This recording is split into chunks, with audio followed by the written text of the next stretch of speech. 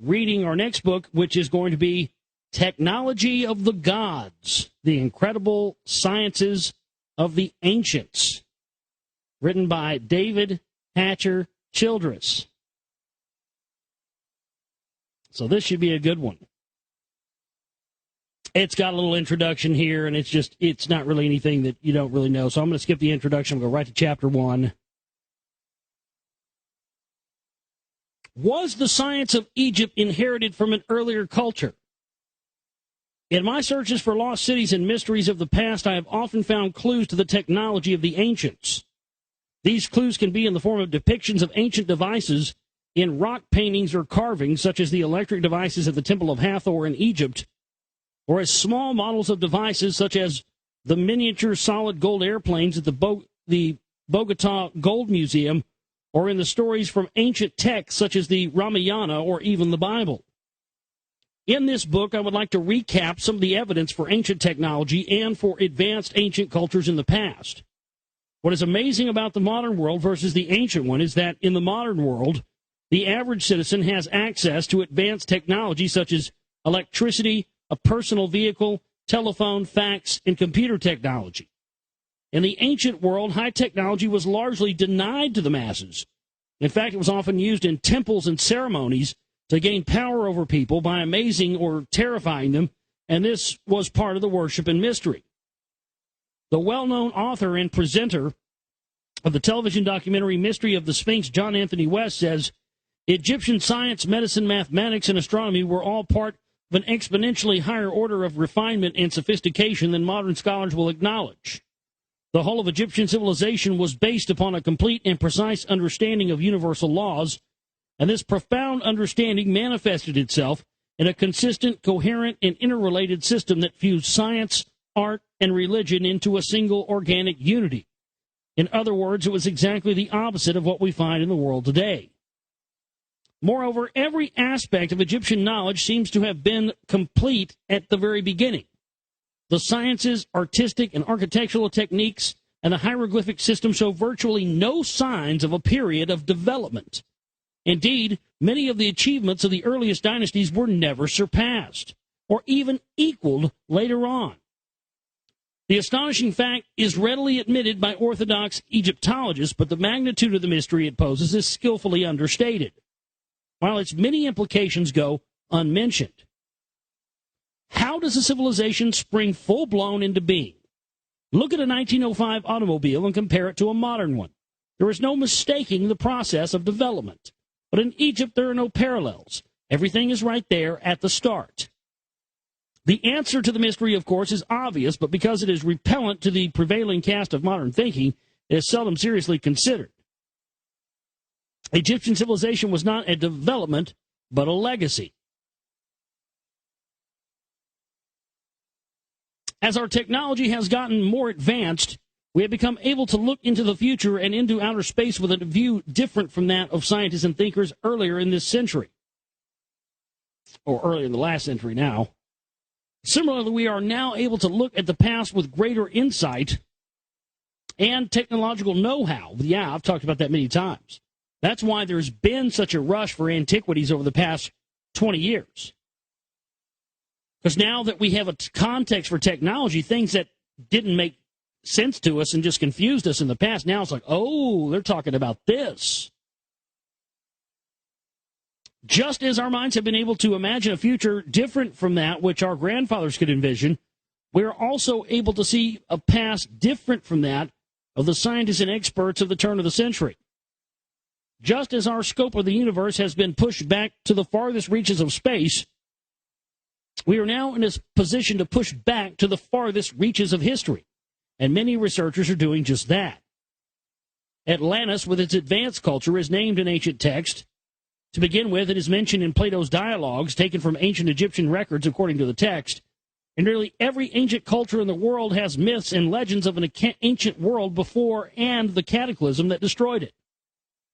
The Mayans, Aztecs, and Hopis believed in destruction of 4 or more worlds before our own.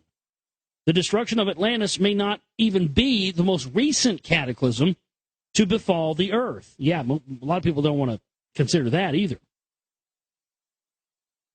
The most widely known books in the world, such as the Bible, the Mahabharata, the Quran, or even the Tao Te Ching, all speak of cataclysms and ancient civilizations that were destroyed. Ancient civilizations and stories about them filled thousands, even hundreds of thousands of volumes of books that were kept in libraries around the world in ancient times. Many ancient libraries were so huge that they were famous among local historians. The library at Alexandria is a well-known example. Sadly, it is a fact that throughout history, huge archives and libraries have been purposely destroyed. According to the famous astronomer Carl Sagan, a book entitled The True History of Mankind Over the Last 100,000 Years once existed and was housed in the Great Library in Alexandria, Egypt. My God. You hear that? The true history of mankind over the last 100,000 years. During the time of Alexandria, 100,000 years before that. Yeah, we don't know dick about ourselves. Unfortunately, this book, along with thousands of others, was burned by fanatical Christians in the 3rd century A.D. Any volumes which they might have missed were burned by the Muslims to heat baths a few hundred years later. All ancient Chinese texts were ordered destroyed in 212 BC by Emperor Qi Huangdi, the builder of the famous Great Wall. Vast amounts of ancient texts, virtually everything pertaining to history, philosophy, and science, were seized and burnt. Whole libraries, including the Royal Library, were destroyed, and the works of Confucius and Mencius were included in this destruction of knowledge. Fortunately, some books survived because people hid them in various underground caves, and many works were hidden in Taoist temples where they are even now religiously kept and preserved. The Spanish conquistadors destroyed every Mayan codex that they found. Out of many thousands of Mayan books found by the Spanish, only 3 or 4 are known to exist today. Like the fanatical Christian sects of the 3rd century and Emperor Qi Huangdi in the 2nd century of BC, the conquistadors wanted to erase all knowledge of the past and the records that preserved it. Europe and the Mediterranean were plunged into the infamous Dark Ages when the Christian church first split after a series of church councils, beginning with the Council of Nicaea in 325 A.D. The last patriarch of the early Christian church, Nestorius, was deposed at the Council of Ephesus in 431 A.D. He was banished to Libya, and the Nestorian church moved eastward. The dispute concerned the early Christian doctrine of reincarnation and the idea that Christ had a dual nature. Jesus was a master, while Christ was the archangel Melchizedek. In the aftermath of this struggle, all books in the Byzantine Empire were ordered destroyed except for a newly edited version of the Bible that the Catholic Church was issuing. The Library of Alexandria was destroyed at this time, and the great mathematician and philosopher Hypatia was dragged from her chariot by a mob and torn to pieces. The mob went on to burn the library, thus the suppression of science and knowledge, particularly of the ancient past, began in earnest. Knowledge has been suppressed throughout the last 2,000 years. It is sometimes said that history is written by the winners of wars rather than the losers. Given the amount of known war-oriented political propaganda still popular as history in this century, we should consider much of ancient history in this light. Given this suppression, it is astonishing that the few ancient texts that have survived do indeed speak of ancient civilizations and the cataclysms that destroyed them. Similarly, they talk of wise people who lived in harmony with the earth and the natural workings of all things. But at some time in the distant past, man fell out of harmony with nature, and a catastrophe struck the whole earth. We can see here a startling parallel between the ancient Atlantis myth and the situation that modern man now finds himself in. Will modern man survive his own technology and tribalism, or will he destroy himself in the natural workings of his destructive practices and disharmony with the earth? I've had a good many more uplifting thoughts, creative and expansive visions, while soaking in comfortable baths in well-equipped American bathrooms than I ever had at any cathedral. Edmund Wilson. So the next chapter is Ancient Sanitation Bathrooms of the Gods. So we're going to continue our series of reading now. Technology of the Gods by David Hatcher Childress. Ancient Sanitation Bathrooms of the Gods. Bathrooms of the Gods. Ancient shitters. Boy, all my life's work has been for this. I can't wait to hear about this. Ancient alien shitters. Let's get into this. My God, I'm ready. It's been said that the mark of any advanced civilization is the level of their sanitation and plumbing. Well, of course, you know, Sumerians had it right in one try, right? Nice bathrooms and toilets are important conveniences. Plumbing and sanitation are themselves the offshoots of the science of irrigation, something that developed at least 25,000 years ago.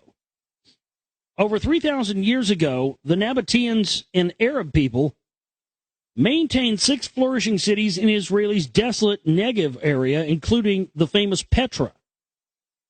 By utilizing an ingenious system of terraces and walls, these engineer farmers managed to till the soil on an average rainfall of only 4 inches per year.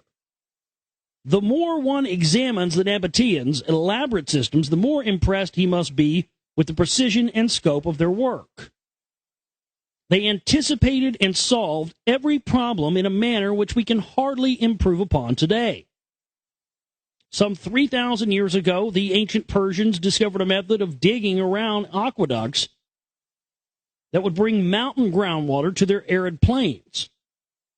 Still extant and functional, the system of irrigation provides 75% of the water used in Iran today. Wow. Hadn't got any better than what they had thousands of years ago. That's pretty fucking amazing. For centuries, sanitary conditions in Europe were deplorable. The casual treatment of human waste sustained the horrible plagues that nearly decimated the continent on several occasions. But more than 5,000 years ago, in the Tigris Valley near Baghdad, Tel Asmer had homes and temples with elaborate arrangements for sanitation. One excavated temple had 6 toilets and 5 bathrooms, with most of the plumbing equipment connected to drains which discharge into a main sewer. 1 meter high and 50 meters long. In tracing one drain, the investigators came upon a line of earthware pipes. One end of each section was about 8 inches in diameter, while the other end was reduced to 7 inches so that the pipes could be coupled into each other, just as is done with drain pipes in the 20th century. Ancient man-made tunnels through mountains for irrigation purposes and sometimes built massive dams or other large hydraulic engineering feats. The great dam built by the Queen of Sheba at Marib in Yemen is a good example. Huge hydraulic works of ancient man, hereto unknown, are just coming to light. The Sri Lankan archaeologist A.D. Fernando, in an article in the Journal of the Sri Lankan branch of the Royal Asiatic Society in 1982, relates the incredible discoveries made when Sri Lankan engineers wanted to place a dam at Maduru Oya, thereby drowning a large valley. As bulldozers set to work, they began to scrape against bricks which already lay in the ground. To everybody's amazement, it turned out that prehistoric engineers had made the same calculations and built a dam at the very spot. Wow, that sounds like rock wall stuff, doesn't it? Here they are as they're going to dig the lake there at Rockwall. They start finding these tink, tink, tink, hitting these big slate rock roofs that go down into these giant, massive caverns. Norwegian archaeologists visited the site and reported that the grandeur of these prehistoric megalithic waterworks would have impressed a pharaoh. Thor Heyerdahl says that much of the water system was constructed out of 15-ton blocks of stone, 33 feet high, imagine that, and arranged in the shape of square tunnels and brick walls. The dams had sluices measuring more than 6 miles in length to control the water flow to a series of artificial lakes. Billions of tons of water had to be regulated by this huge and sophisticated dam. It was thought by historians 100 years ago that since nomadic tribes had no formal bathrooms or sewage disposal, everyone must have lived that way. Nomadic tribes often packed up their tents and moved on when the garbage and sewage was just too much to take. Cities, however, were more difficult to just up and move. It was thought by early British archaeologists that ancient man did not use sophisticated sewage and water systems, mainly simply allowing rainwater to eventually wash away sewage into a nearby stream or river. However, many of the bathrooms of the ancient world were very luxurious, with colorful ceramic basins and bathtubs, just as we have today. Reginald Reynolds, in his witty book on ancient sanitation, cleanliness, and godliness, argues that ancients knew about sewage disposal but had two or more clearly separated systems. It is the opinion of Mr. Ernest Mackay, the eminent archaeologist, that these drains were not used for the disposal of sewage, and as evidence of this, he cites us the Chakra Samahita, a work of the 2nd century A.D., as nearly as can be computed, in which it is said that latrines are intended only for the sick and infirm, and for the rest that a man should proceed a bow shot from his house to do his business. The waters were suffered on occasion to run down the walls of a house, which he says would have been a noxious custom if these waters had contained sewage. But he omits to remind us that the contrary proposition, which is the absence of sewage disposal, would have been in a city even more noxious than an open drain, and since there were both open water chutes and closed drains in these houses, it were more reasonable to suppose that these two systems served separate purposes. The one to carry off rainwater and bathwater, the other to dispose of sewage. But this, at least, is beyond dispute concerning those who inhabited the Mound of the Dead, Mohenjo-Daro, in Pakistan. Mohenjo-Daro. I mean no disrespect to David Childress. I think he's great. I imitate everybody, just what I do. They were possessed of well-appointed bathrooms together with a system of drainage that I have described as part of the sanitary vanguard of mankind. Sir G. Maspero, sometime Director General of the Service of Antiquities in Egypt, spoke highly of the excellent hygienic and sanitary arrangements known in ancient Egypt, particularly of the elaborate bath discovered at Tell Amarna, in the house of a high official of the 18th dynasty, and he observes that in the midst of their paved streets, they provided a channel of stone to carry off water and drainage, and in this same bathroom at Tel El Amarna, there was discovered a well-preserved closet behind a screen wall, this closet being provided with a seat of limestone elegantly shaped. It was the opinion of Herodotus that the Egyptians were, of all nations, the most healthy, for he found them distinguished from other peoples by their singularity of their institutions and their manners. Reynolds tells us that the Egyptians, also like the Pythagoreans who imitated them, abstained from beans which they held to be unclean, for which I can give no good explanation. Yeah, they make you fart. You could not look cool sitting on a fucking throne in ancient Egypt cracking rounds. You know, barking spiders running around. Was that a scarab beetle? No, it was a barking spider.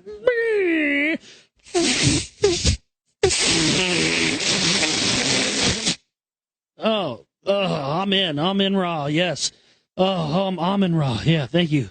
Oh, that was a great meal.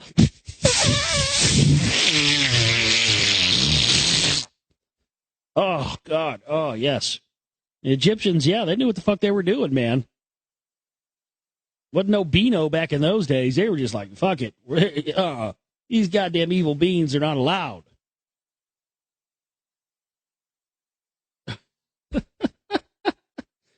Oh, but what about corn? Corn is evil, right? I mean, anything that you can, like, eat and chew up and swallow and digest and then comes back out solid in your poop, It's got to be of the devil, man. I'm sorry. The Indians are like, oh, how, give me corn. Abstain from beans, which they held to be unclean, for which I can give no good explanation, though some may say that Pythagoras was, in this matter, understood by Aristotle. People were already avoiding beans 5,000 years ago. As to Egyptian toilets, Reynolds says that they preferred the composting type of toilets. They used earth rather than water for the most part. Yeah, you bury your shit. That's how you do it. Go dig you a hole, son. No shit too close to the camp now. You got to go out there and dig you a hole. Drop a deuce and fucking cover it up. Yeah. That's how they did it.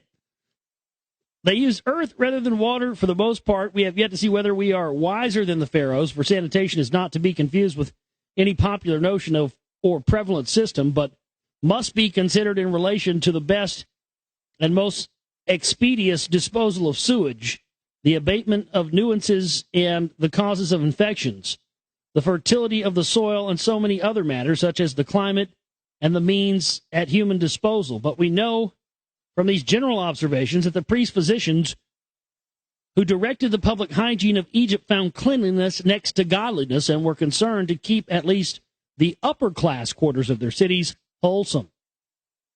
The Egyptians knew even the art of making drains of hammered copper, of which one was found fully 450 yards in length at the Temple of Sahara. Though this drain served only for rainwater, and that their supply of water was considered a matter of great importance for the attention of the highest officer of the state, we know from an inscription concerning the duties of the vizier under the 18th dynasty. For this inscription says of the vizier, it is he who dispatches the official staff to attend to the water supply in the whole land.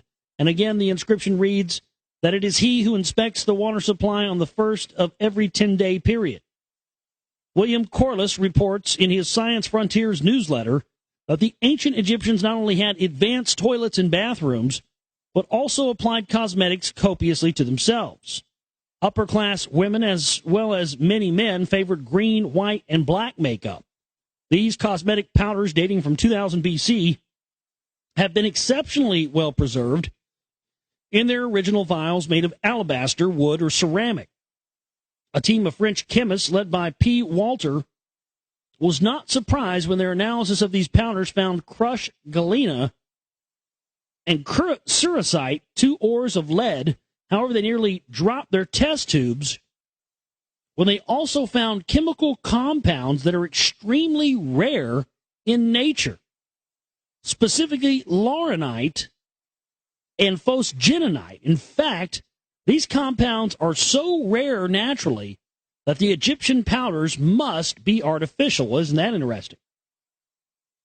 So the Egyptians had makeup that was made out of rare earth elements. That's news to me. Wow. P. Walter, etc., wrote, taken together, these results indicate that laurinite and phosgenite must have been synthesized in ancient Egypt using wet chemistry. The Egyptians manufactured artificial lead-based compounds and added them to cosmetic products. The underlying chemical reactions are simple, but the whole process, including many repetitive operations, must have been quite difficult to achieve. It had been recognized earlier that the Egyptian chemists had used fire-based technology 500 years earlier in 2500 BC to manufacture blue pigment. Wet chemistry represented another technological forward step. Corliss comments that, uncowed by the successes of the ancient Egyptian chemists, those in Nissan have synthesized artificial bird droppings for use in testing automobile paints. The real stuff, you see, is inconsistent from batch to batch. Quality bathrooms need good soap, and the very word soap comes down to us from the ancient Egyptian word swab. In 1931, the British Egyptologist Dr. Rendell Harris maintained the words swab and swabber derived from the Egyptian language and are of the greatest antiquity. WDB, he said, is among the ancient Egyptians signified pure. And from this word, he would trace the name of the Wahhabis, who are the Puritans of Islam today. Also, he says the letter S expresses causation, so that Ankh being the word meaning of life, S-Ankh, sunk, signifies to make alive. From this, he includes that if Wadeh be pure, Sewadeh would be to make pure. And since to say it is to clean or swab, it was among the opinions strongly held by Dr. Harris that the Egyptians were a great seafaring people. He contends that this word swab came into our language through the use of ancient intercourse of seamen whose language may have been in parts older than any now spoken in Europe. For the seafaring use of the word, he invoked Shakespeare, who wrote, "The master, the swabber, the boatswain, and I." The seafaring skills of the Egyptians were considerable, and it is beyond dispute that they had great fleets of ships. Apparently, swabbing the deck comes from the ancient Egyptian, and our word soap is derived from swab, that which makes us clean. Proper hygiene, sanitary, water soaps, and sewage disposal are all necessary for any technological civilization to advance forward. When it comes to the technology of the gods, cleanliness is next to godliness.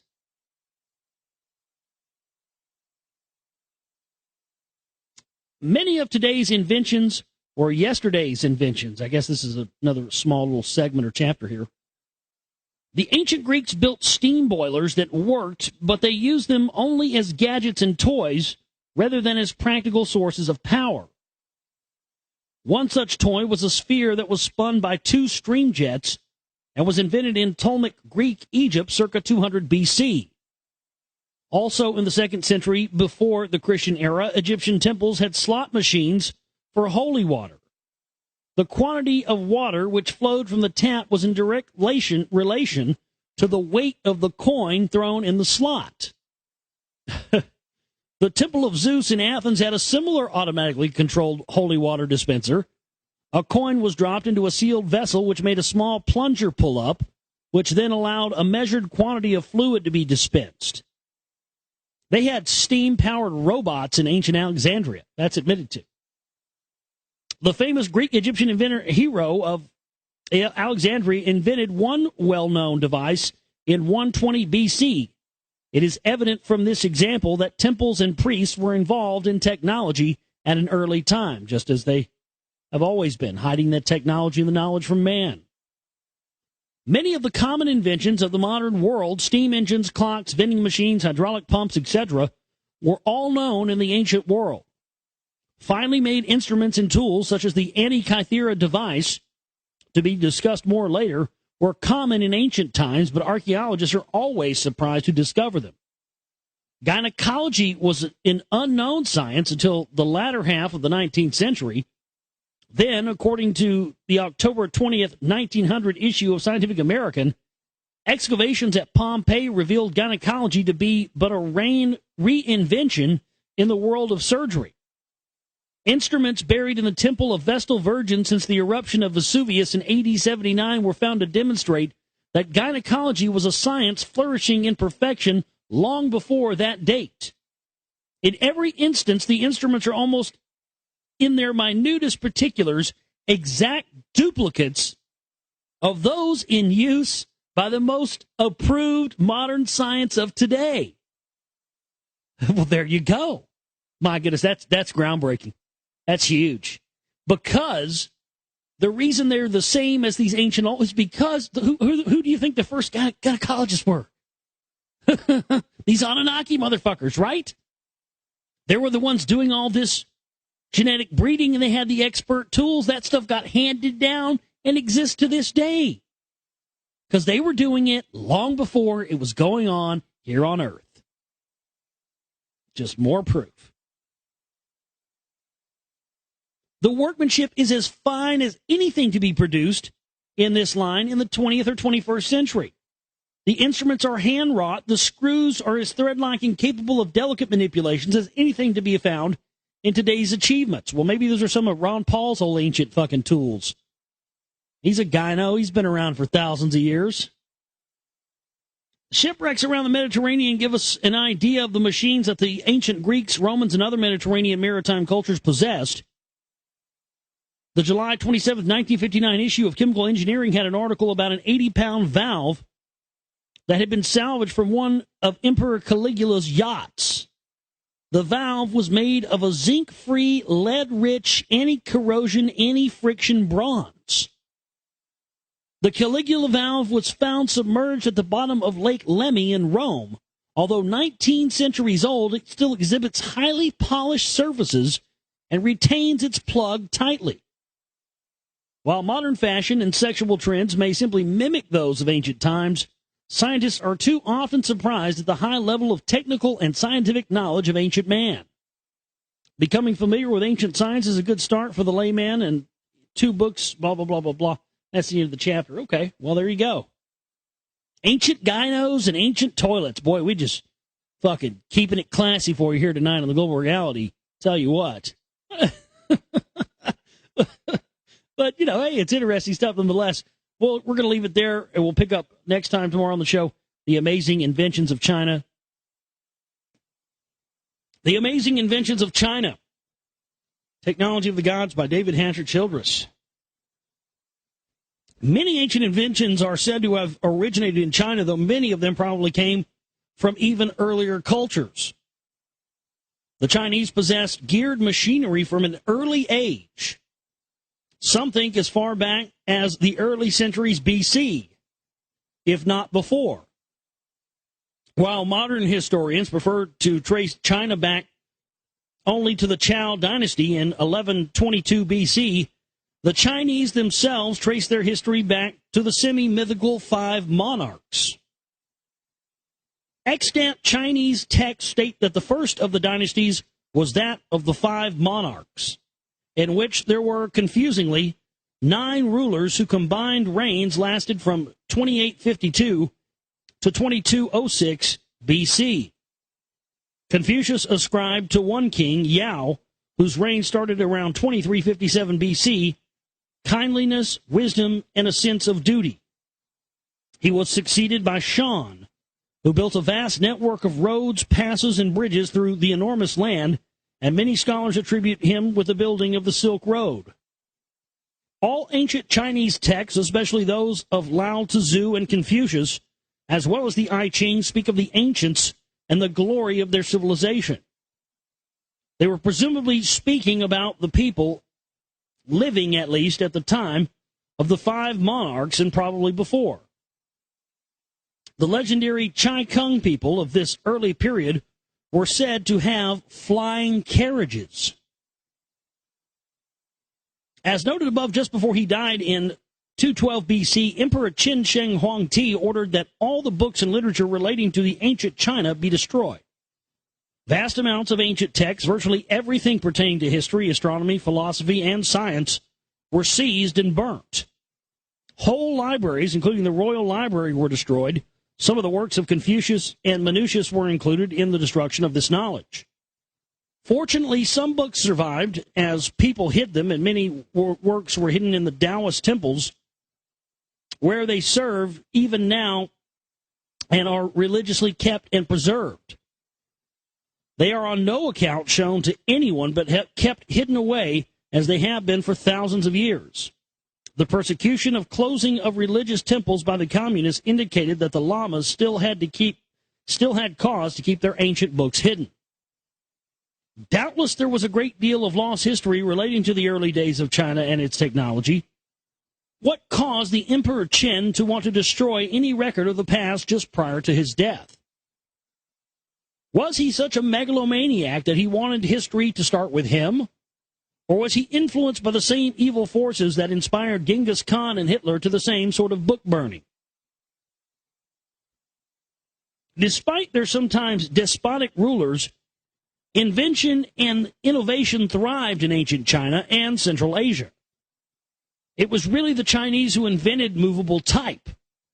The inventor was a fellow named B. Sheng, who introduced the technology in 1045 AD, 400 years before Gutenberg first printed the Bible. The Chinese are also credited with inventing writing paper, wrapping paper, paper napkins, playing cards, and paper money. Toilet paper was another one of the spin-offs of their paper industry. Over 2,000 years ago, probably all of those inventions had existed in their past and more. The Chinese were well aware of earthquakes and geological changes. They developed earthquake-resistant houses as long as 7,000 years ago. The world's first known seismograph for detecting and recording faraway earthquakes was invented by Shang Hang in 132 AD. This ingenious device stood about 8 feet tall and measured 8 bronze dragons. It featured 8 bronze dragons holding balls between their jaws. When tilted by a distant earthquake, an internal pendulum opened the jaw of the dragon, facing the source of the tremor, and the ball dropped into the mouth of a bronze frog waiting below with each dragon. The first mechanical clock is attributed to 2 Chinese inventors around 725 AD. And gunpowder was known in China at least as early as the 9th century, if not much earlier. Used there only for fireworks and enjoyment after it was first brought to Europe in the 13th century, it fueled the first cannons, which were made by the Dutch and Germans. The Chinese have always had great scope and vision regarding their projects. Not only was the Great Wall a colossal endeavor, but the Grand Canal of China, which connects the Yellow River with the Yangtze, is 20 times longer than the Panama Canal, yet the Chinese constructed it without modern equipment starting over 1,300 years ago. There are other mammoth projects that are still largely unknown or waiting to be discovered, such as the largest pyramid in the world near Zishan. Even the Chinese version of the typewriter, called the Hoang typewriter, has 5,700 characters on a keyboard 2 feet wide and 17 inches high. Sounds like a giant keyboard, doesn't it?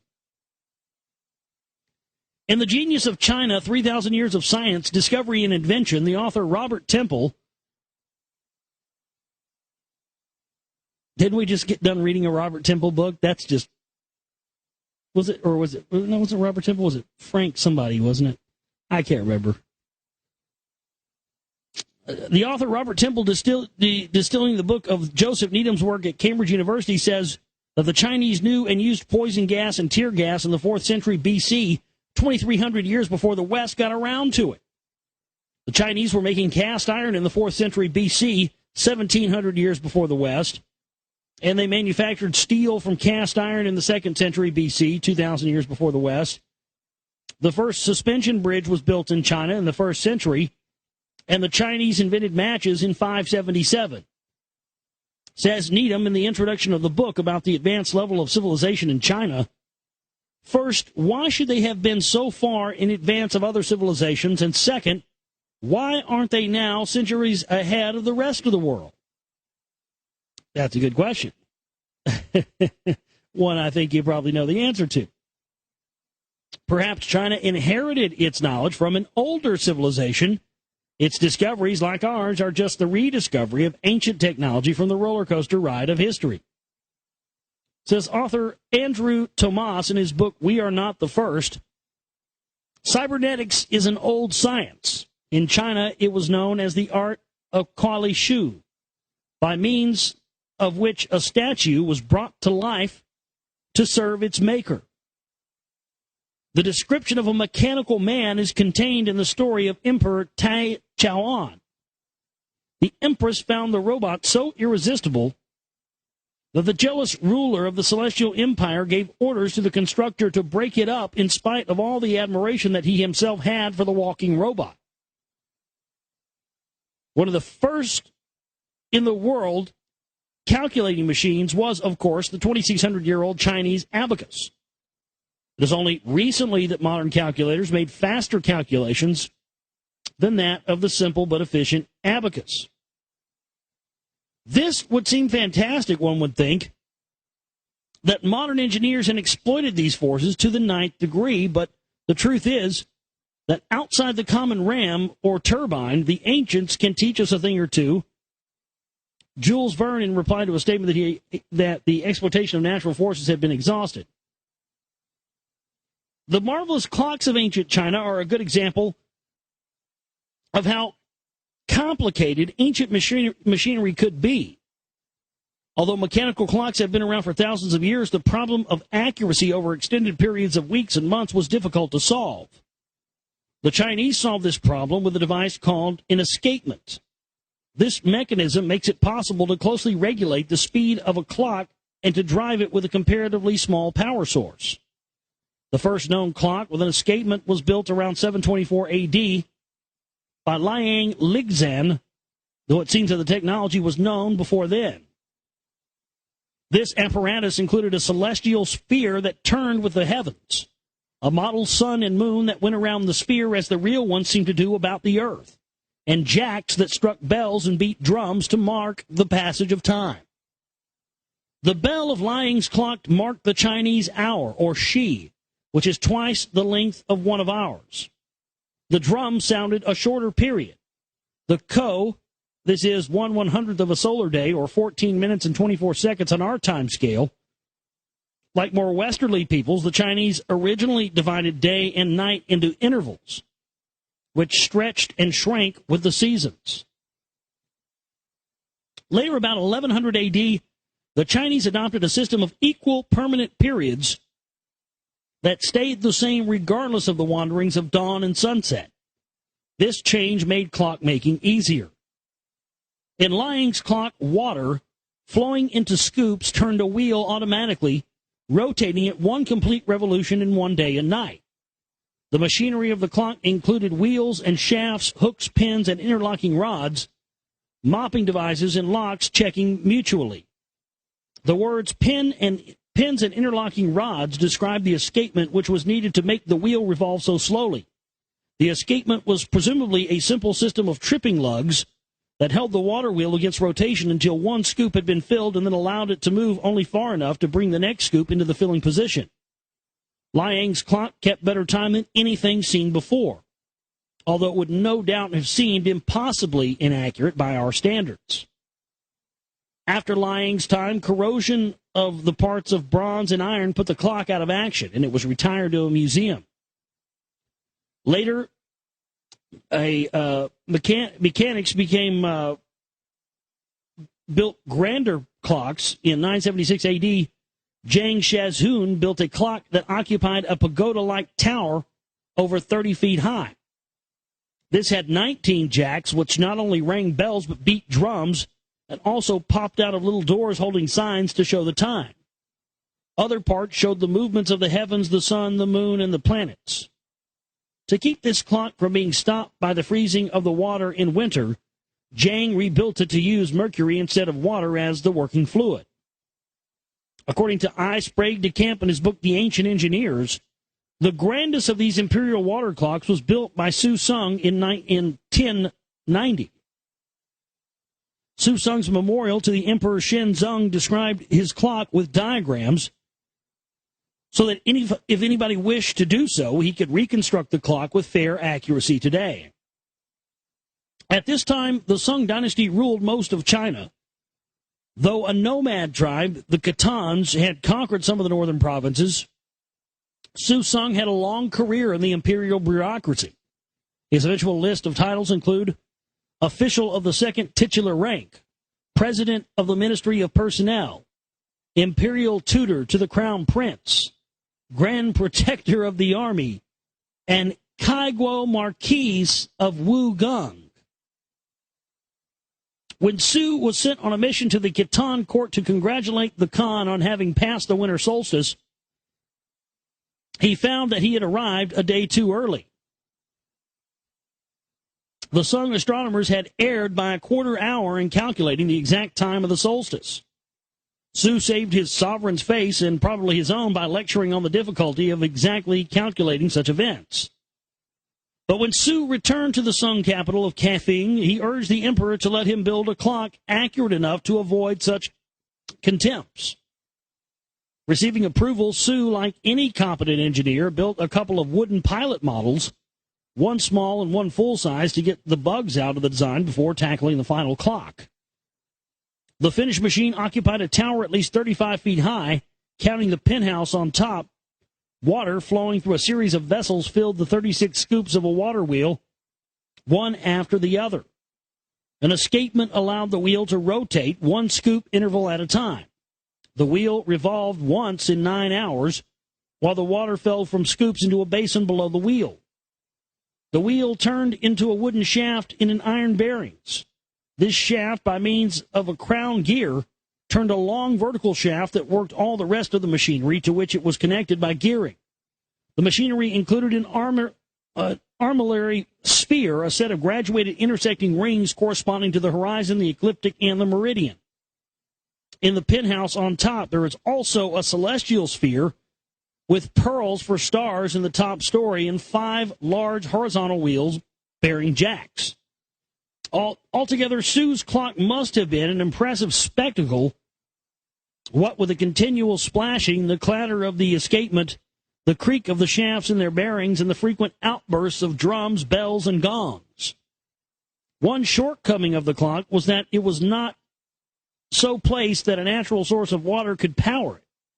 Hence, it had to be wound up from time to time. This was accomplished by hand-turned water wheels, which raised the water from the basin into which it cascaded from the scoops of the main water wheel to the reservoir above this wheel. About 1126 A.D., a Tatar people, the Jershans, whose king reigned under the dynastic name of Jin, conquered the Khitan lands and some Sung provinces as well. After capturing Kaifeng, they carried away to their own capital of Peking Sue's clock, together with the mechanics to run it. The captive horologists built a new tower and succeeded in making the clock run after they had adjusted its astronomical parts for the change of latitude. After a few years, though, the parts wore out, the clock stopped, and lightning wrecked the upper part of the tower.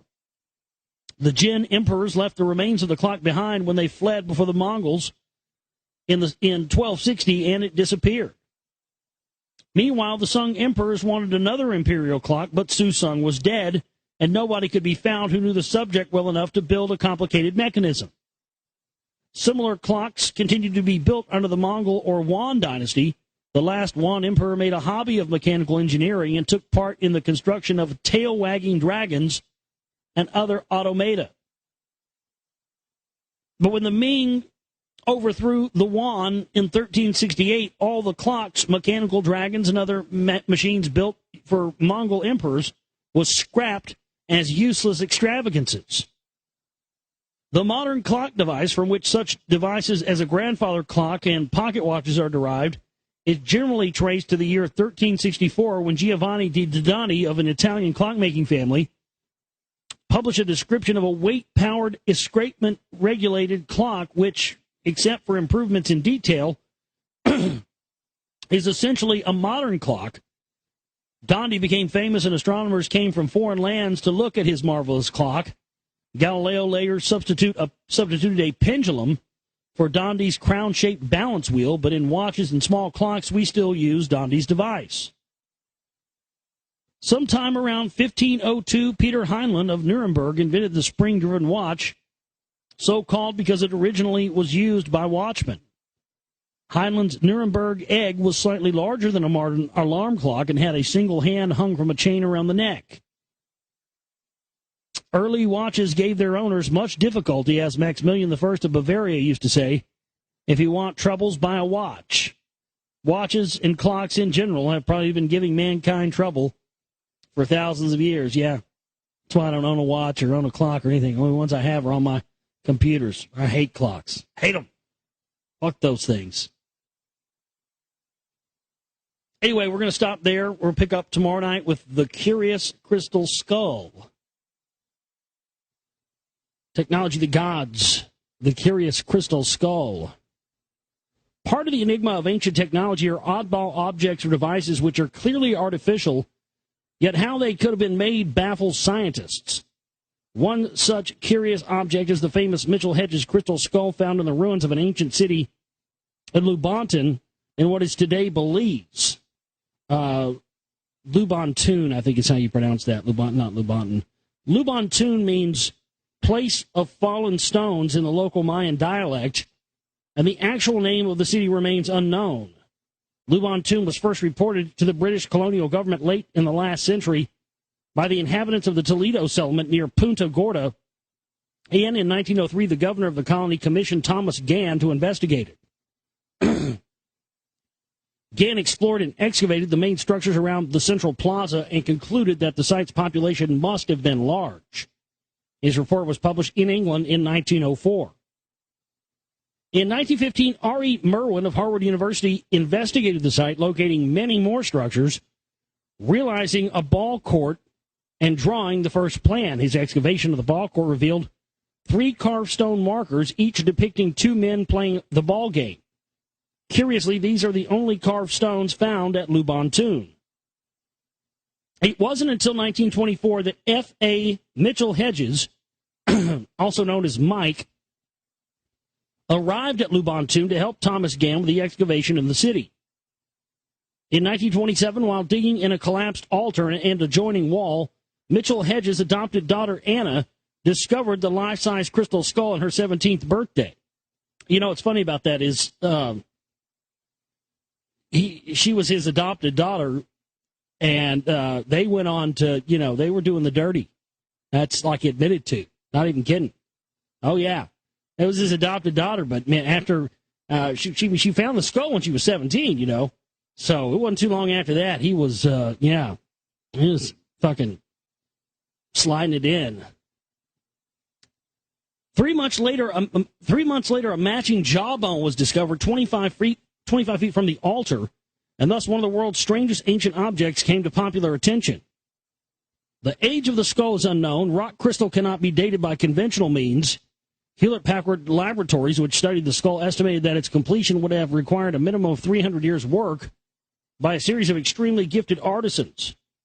On the hardness scale, rock crystal ranked only slightly below diamonds.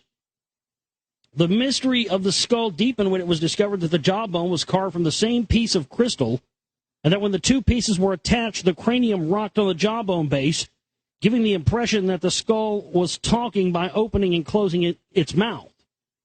In this manner, the skull could have been manipulated as a temple oracle by priests. Mike Mitchell Hedges, Lady Richmond Brown, and Thomas Gann, I'm sorry, that was a caption of a photo. They don't differentiate the text in the caption of a photo sometimes. It gets you confused. You just, you just keep reading. Even more incredible properties are ascribed to the skull. The frontal lobe is said to cloud over sometimes, turning milky white. At other times, the skull is said to emit an aura of light, strong with a faint trace of the color of hay, similar to a ring around the moon. According to Frank Dorland, a crystallographer for Hewlett-Packard who studied the skull for years, the skull's eyes would sometimes flicker as if they were alive, and observers have reported strange sounds, odors, and various light effects emanating from the skull. Bizarre photographs have been taken of pictures which sometimes form within the skull itself. It's an ancient computer. That's what it is. It's a crystalline computer. That's why they took it to Hewlett-Packard, because Hewlett-Packard employs the world's top crystallographers. The top people who know the most about crystals and that type of mineral work for Hewlett-Packard. They've employed them for years. Because, of course, our modern-day computer systems use these crystals as well.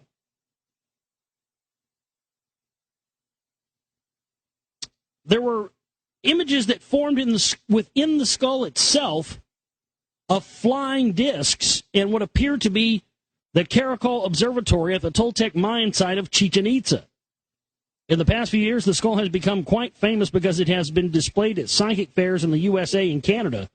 The skull now resides with Anna Sammy Mitchell Hedges in Kitchener, Ontario, or at her other home in the south of England.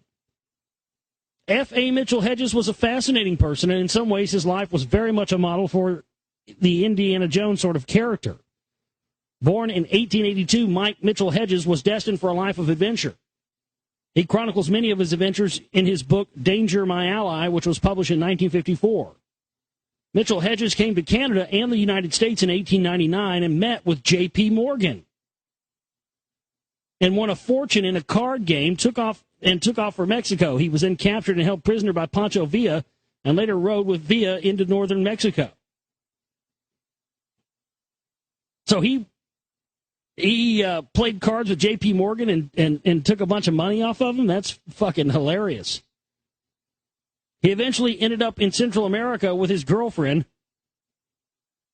the wealthy Lady Richmond Brown, who was married at the time. He cruised the Caribbean, exploring the Bay Islands off Honduras, the San Blas Islands off Panama, and the area around Jamaica. He believed that artifacts which he had found in the Bay Islands pointed to a high civilization that was now beneath the water, and equated it with Atlantis. Mitchell Hedges had a penchant for mystical sciences and secret societies, and championed the cause of lost civilizations in Atlantis. Eventually, he ended up in Lubantun, and the crystal was discovered in 1927.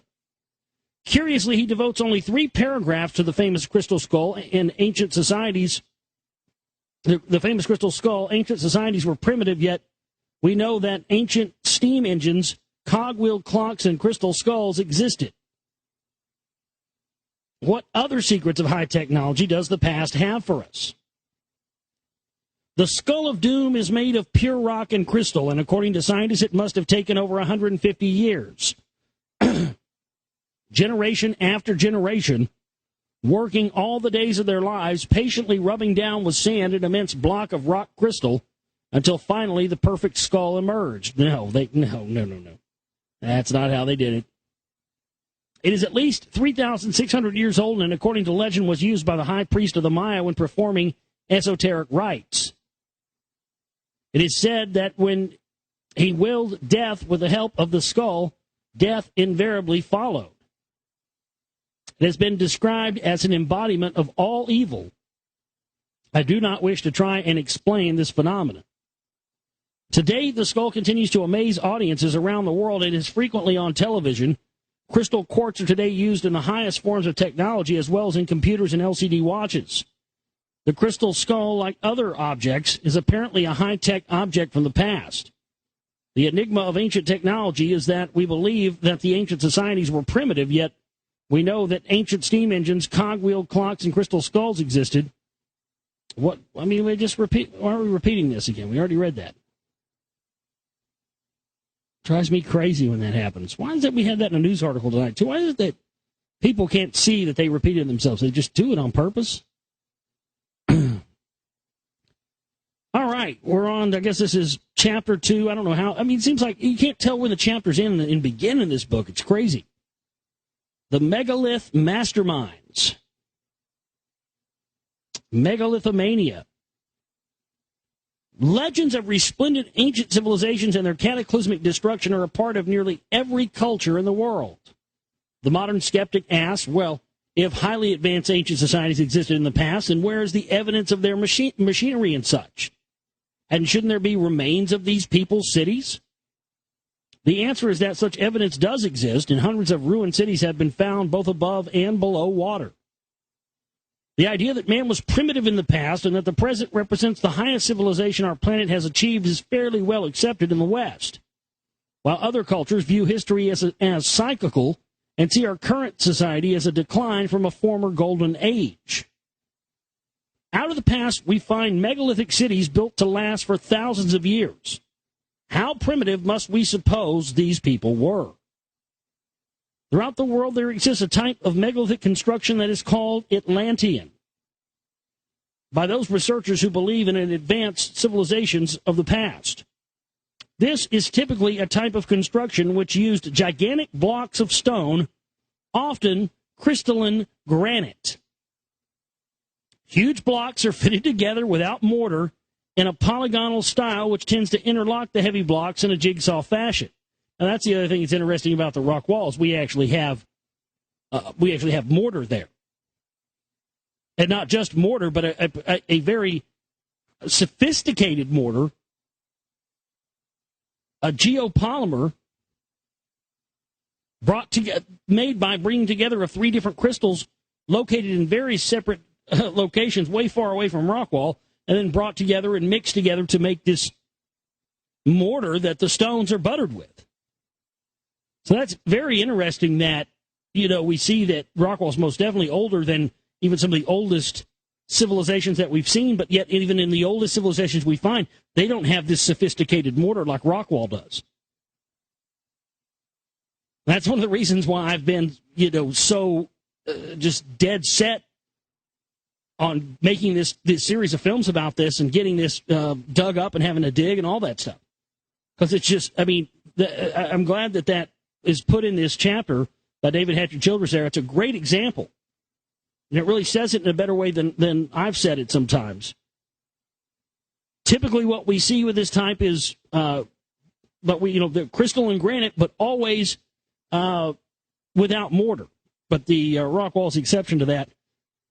And, God damn it, we need to find out why. These interlocked polygonal walls resist earthquake damage by moving with the shock wave of the quake. Well, yeah, that's built into the rock wall as well. It has a buttressing effect built into it. It's a load-bearing wall with a buttressing effect built into it to withstand not only a heavy load on top of it, but to also withstand moving around. It's got, what you would do when you construct a wall, you put a buttressing effect in there and load-bearing, and that's exactly what it does.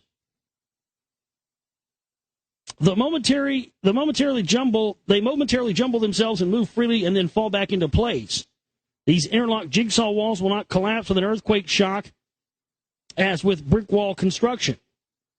Such Atlantean-style construction can be found all over the world. Classical examples of such construction are at the Miocene in Peloponnese and the Temple of Malta, along with the gigantic megalithic walls at Tiwanaku, Ollantaytambo, Monte Alban, and Stonehenge, as well as the pre-Egyptian structures at the Osirion at Abydos and the Valley Temple of the Sphinx. Atlantean architecture is often circular and uses the most exact rock-cutting techniques to fit blocks together. Atlantean-type architecture often uses keystone cuts. Identical shapes are cut into rock on both sides of a joint, and the space is fitted with a metal clamp. These keystone cuts are typically an hourglass shape or a double T shape. The clamps that went inside them may have been copper, bronze, silver, electrum, which is a mixture of silver and gold, or some other metal. In nearly every case where keystone cuts can be found, the metal clamp has already been removed many thousands of years ago. Many well-known and not-so-well-known ruins of the world contain the remains of even earlier cities within them, such as Baalbek in Lebanon, Cusco in Peru, the Acropolis of Athens, Lixus in Morocco, Cadiz in Spain, and even the Temple Mount of Jerusalem are built on gigantic remains of earlier ruins.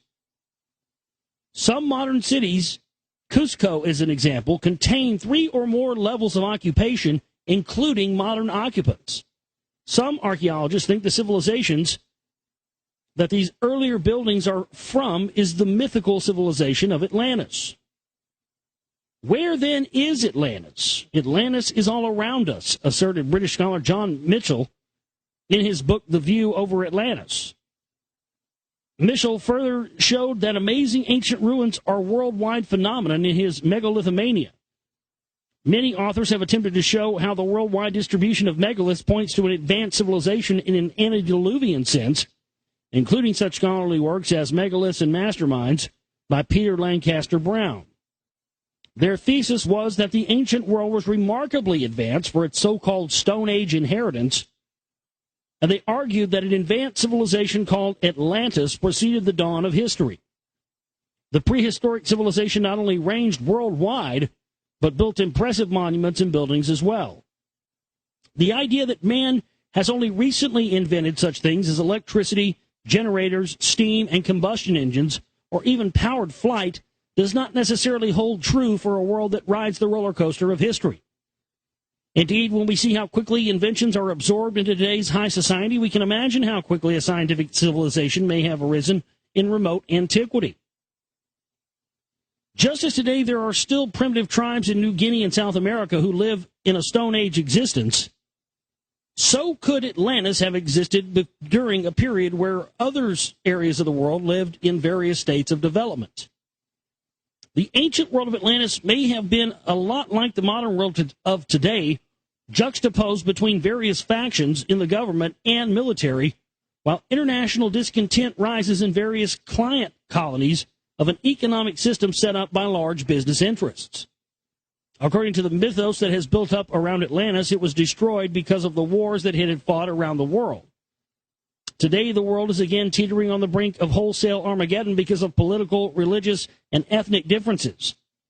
Does modern man have something to gain by studying the past? Students of Atlantis believe so. Next section, the Osirian civilization. This should be interesting. This should definitely get some stuff that will point in the direction of our Amorite brothers that we're on the trail of, because Osiris also relates to Marduk from the Sumerian pantheon, which also relates to Baal and Baal worship and that whole thing. And, of course, the obelisks, the Osiris penises. The Osirian civilization, according to esoteric tradition, was an advanced civilization contemporary with Atlantis. In the world of about 15,000 years ago, there were a number of highly developed and sophisticated civilizations on our planet, each said to have a high degree of technology. Among these fabled civilizations was Atlantis, while another highly developed civilization existed in India. This civilization is often called the Rama Empire. What is theorized is a past quite different from that which we have learned in school. It is a past with magnificent cities, ancient roads and trade routes, busy ports and adventurous traders and mariners. Much of the ancient world was civilized in such areas of the world as ancient India, China, Peru, Mexico, and Osiris were thriving commercial centers with many important cities. Many of these cities are permanently lost forever, but others have been or will be discovered. It is said that at the time of Atlantis and Rama, the Mediterranean was a large and fertile valley rather than a sea as it is today. The Nile River came out of Africa as it does today and was called the River Styx. However, instead of flowing into the Mediterranean Sea at the Nile Delta in northern Egypt, it continued into the valley and then turned westward to flow into a series of lakes to the south of Crete.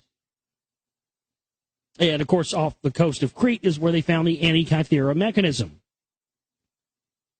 The river flowed out between Malta and Sicily, south of Sardinia, and then into the Atlantic at Gibraltar.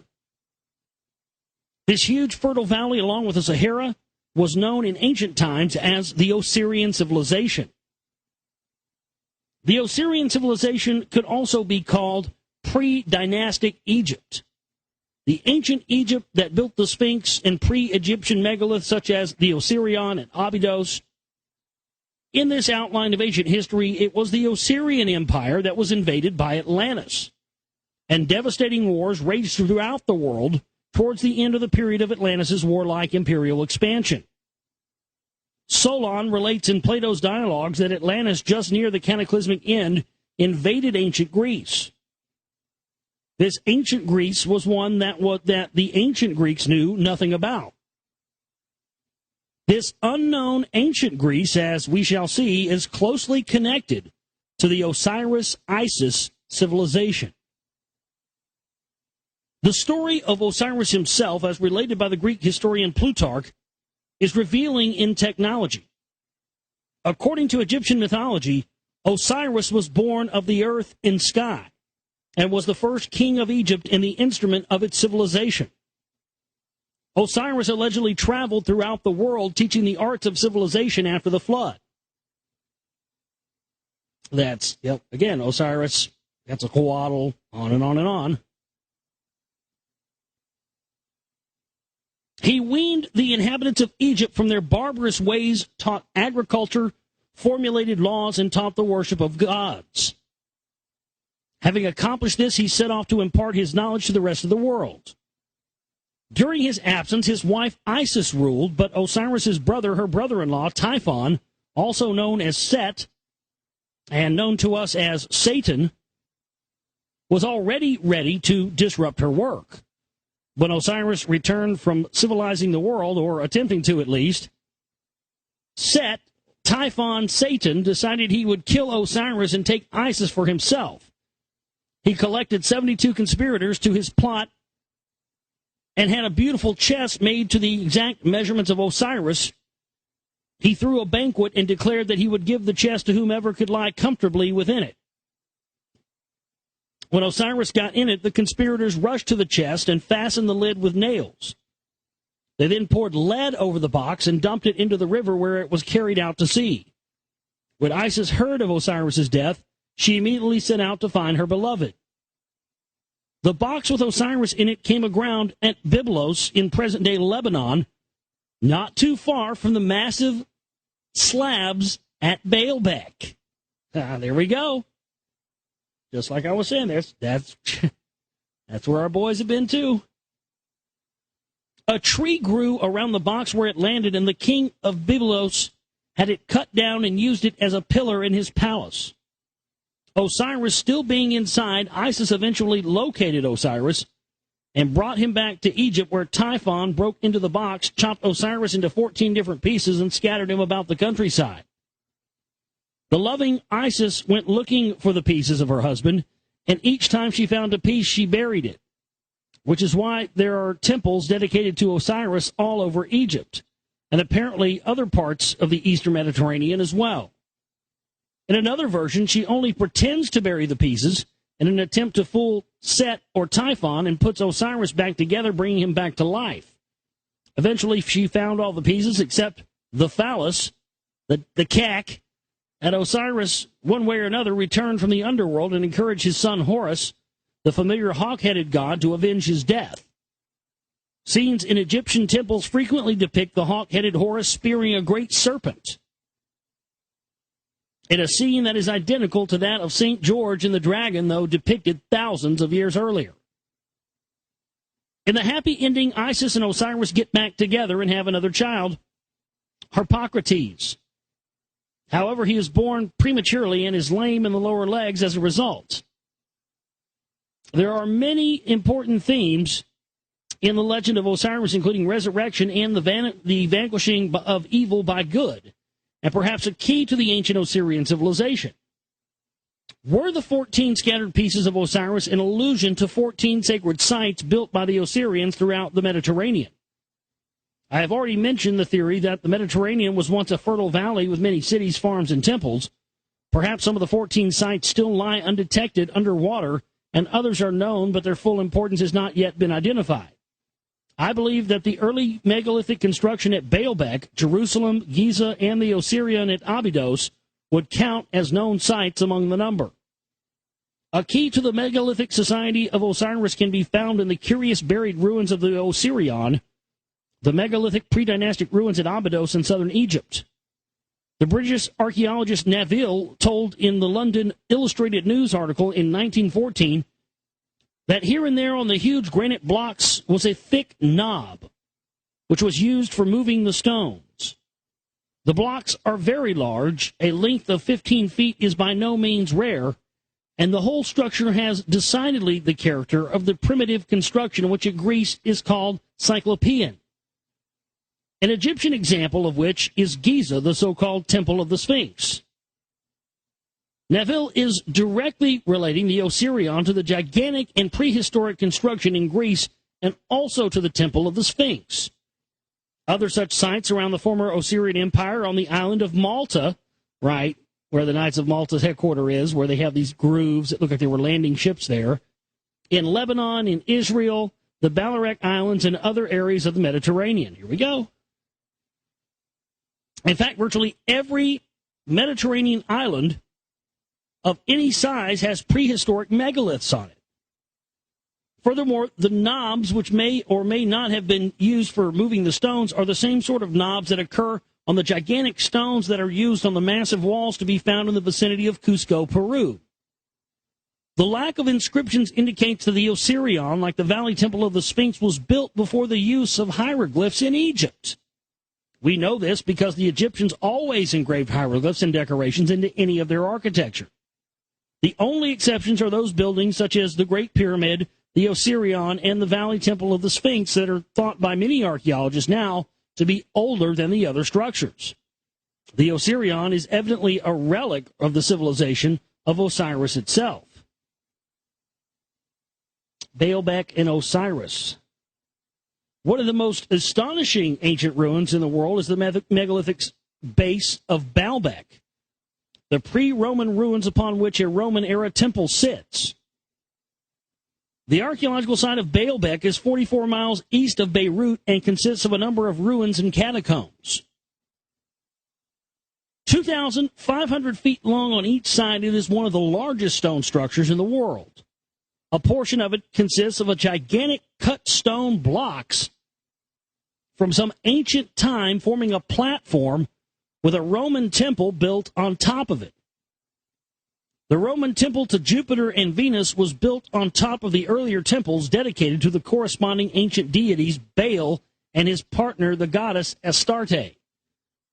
The temples to Baal and Astarte may initially have been built as part of a prehistoric sun temple, and even then on the ruins of the more ancient structure. Its purpose, unknown.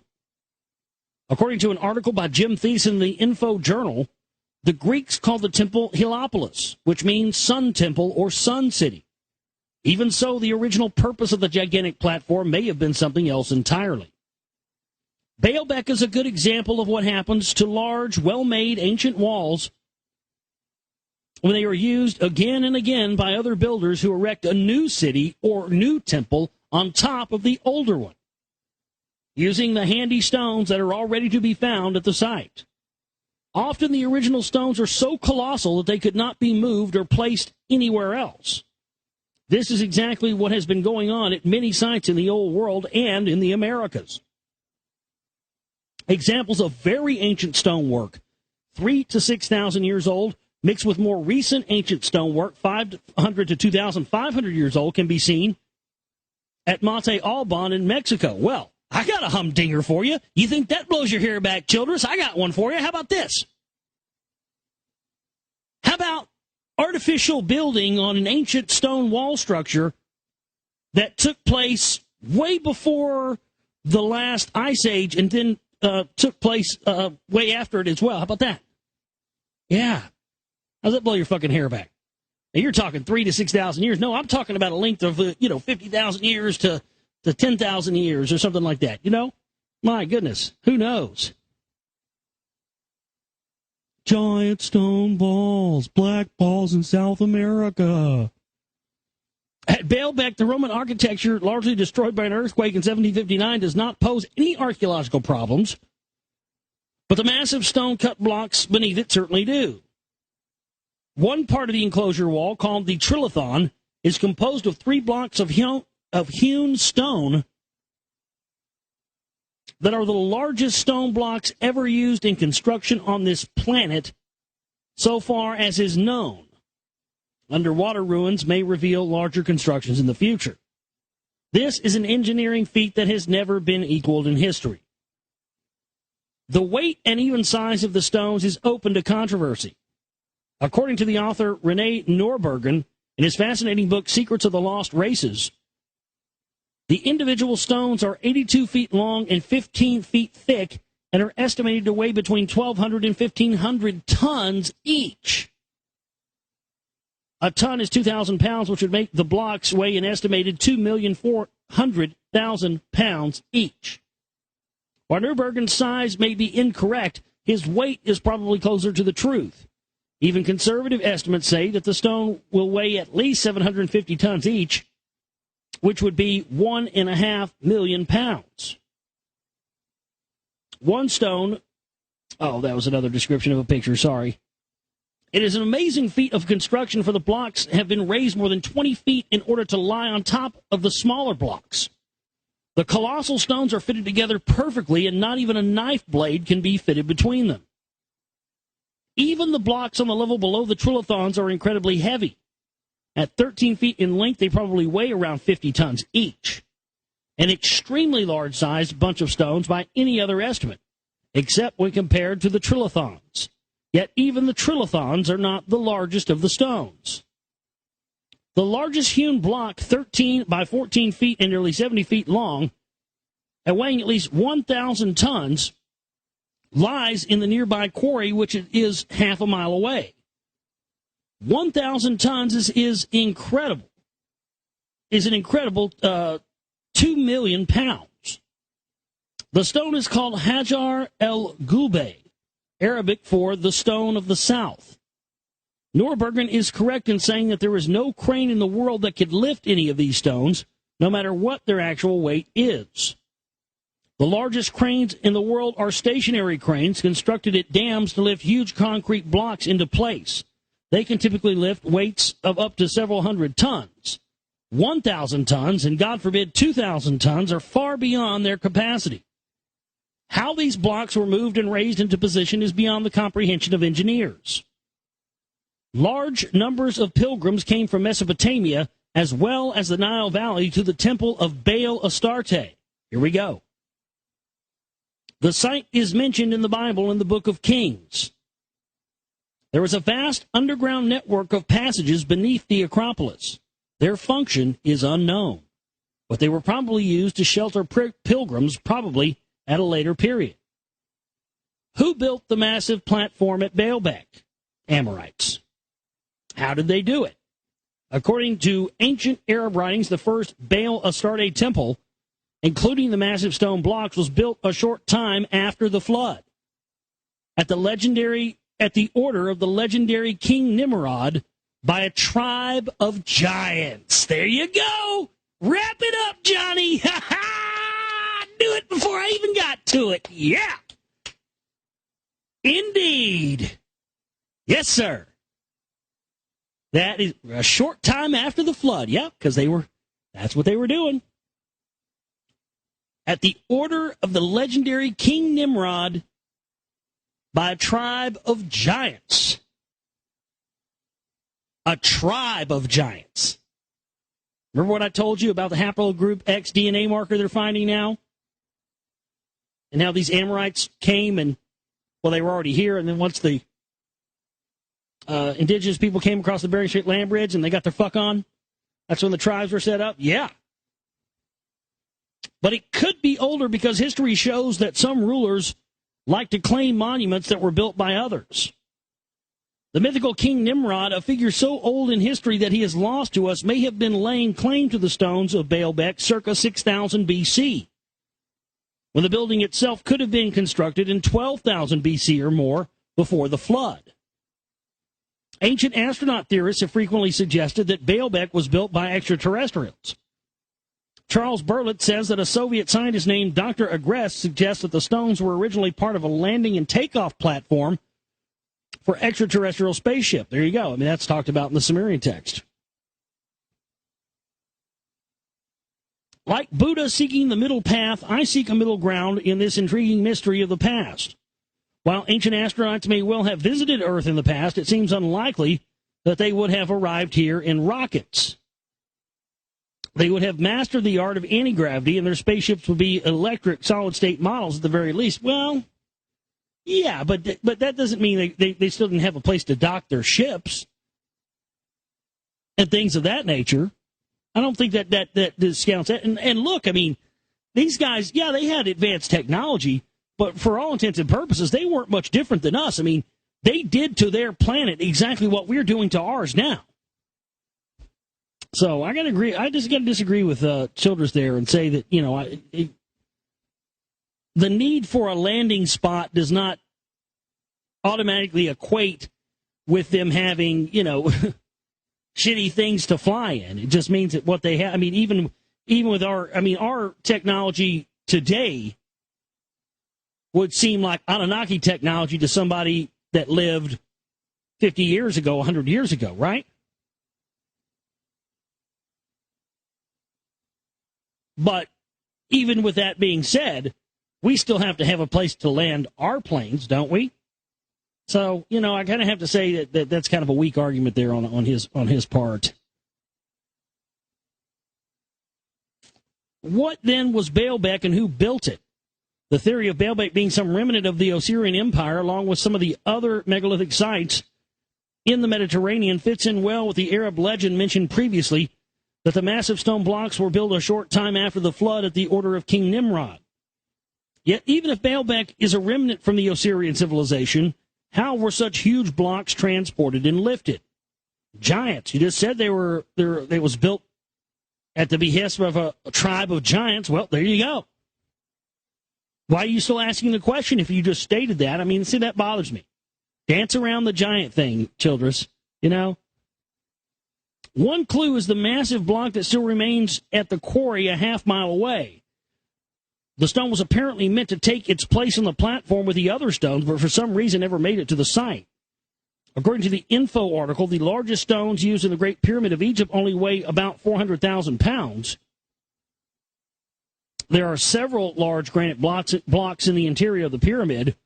The authors point out that until NASA moved the gigantic Saturn V rocket to its launch pad on a huge tracked vehicle, no man had transported such weight as the blocks at Baalbek. In his book, Baalbek, archaeologist Frederick Raggett attempts to explain how Baalbek was built and how the stones were moved into place. Explaining this is no easy task, Raggett admits, but he does his best. He first explains that there are two quarries, one about 2 kilometers north of Baalbek, and a closer quarry where the larger stone block in the world still lies. He then makes this interesting remark about the quarries. After the block was separated on its vertical side, a groove was cut along its outer base, and the piece was felled like a tree onto a layer of earth by means of a wedging action from behind. It seems that the Romans also employed a sort of quarrying machine. This we can deduce from the pattern of concentric circular blows seen on some blocks. They are bigger than any man could have produced manually. Yeah, any regular-sized man. And we can assume that the cutting tool was fixed to an adjustable lever, which would hit the block with great force, swinging the radius up from 14 meters or 13 feet to have been observed. You know, I think these giants may have been used. You know, there was some remnant of these ancient Atlanteans or some remnant of, you know, the Nephilim or the Elohim or something. I think there's a good chance because we know, I mean, the stories of the Jews, being slaves and all that stuff, and using the Jewish slave labor, all that stuff was horse shit. I mean, it's just been proven time and again. But see, I'm wondering if some of these giants weren't used for slave labor by some of these smaller people who set themselves up as gods, and then once they got them to build all these ancient megalithic temples and built and do all this building for them and all this heavy labor, proceeded to wipe them out and erase them from history, thereby giving the credit for the building of these ancient megalithic sites to regular-sized human people. Raggett goes on to theorize that moving an 800-ton stone on rollers would be possible if we assume that the block rested on neatly cut cylindrical timber rollers, 12 inches in diameter and half-meter distances. Each roller would carry 20 tons. If the contact surface of the roller with the ground were 4 inches wide, then the pressure would be 71 pounds, which requires a solid stone paving on the ramp. The theoretical force necessary to move that block horizontally would be 80 tons. Another possibility is that the whole block was encased in a cylindrical wrapping of timber and iron braces. Raggett dismisses this second idea as unlikely and cumbersome. Also, there remains the question of how the block would have been unwrapped and put in place, which brings us into an even more perplexing problem of lifting the great weights. There is, however, no evidence of an ancient road which would have had to have been paved. According to Raggett in the article, one sees no evidence of a road connecting a quarry and the temple. Even if a road had existed, logs employed as rollers would have been crushed to a pulp. But obviously, someone way back then knew how to transport million-pound stones. There is not a contractor today that would attempt to move or lift these stones. It is simply beyond our modern machine technology. I find it interesting that there is no discernible road between the quarry and the massive Sun Temple. This indicates one or both of two possibilities. The building of the lower platform occurred at such an ancient time in antiquity that the road is long gone, or a road was never needed for transporting the block in the first place. As the info article points out, a road would have been of little use anyway.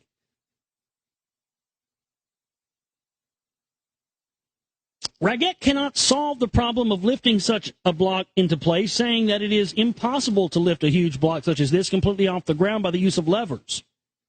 He says that we know that the stone had to be lifted so that the log rollers could be removed from underneath the block and the block lowered into place in order to fit perfectly.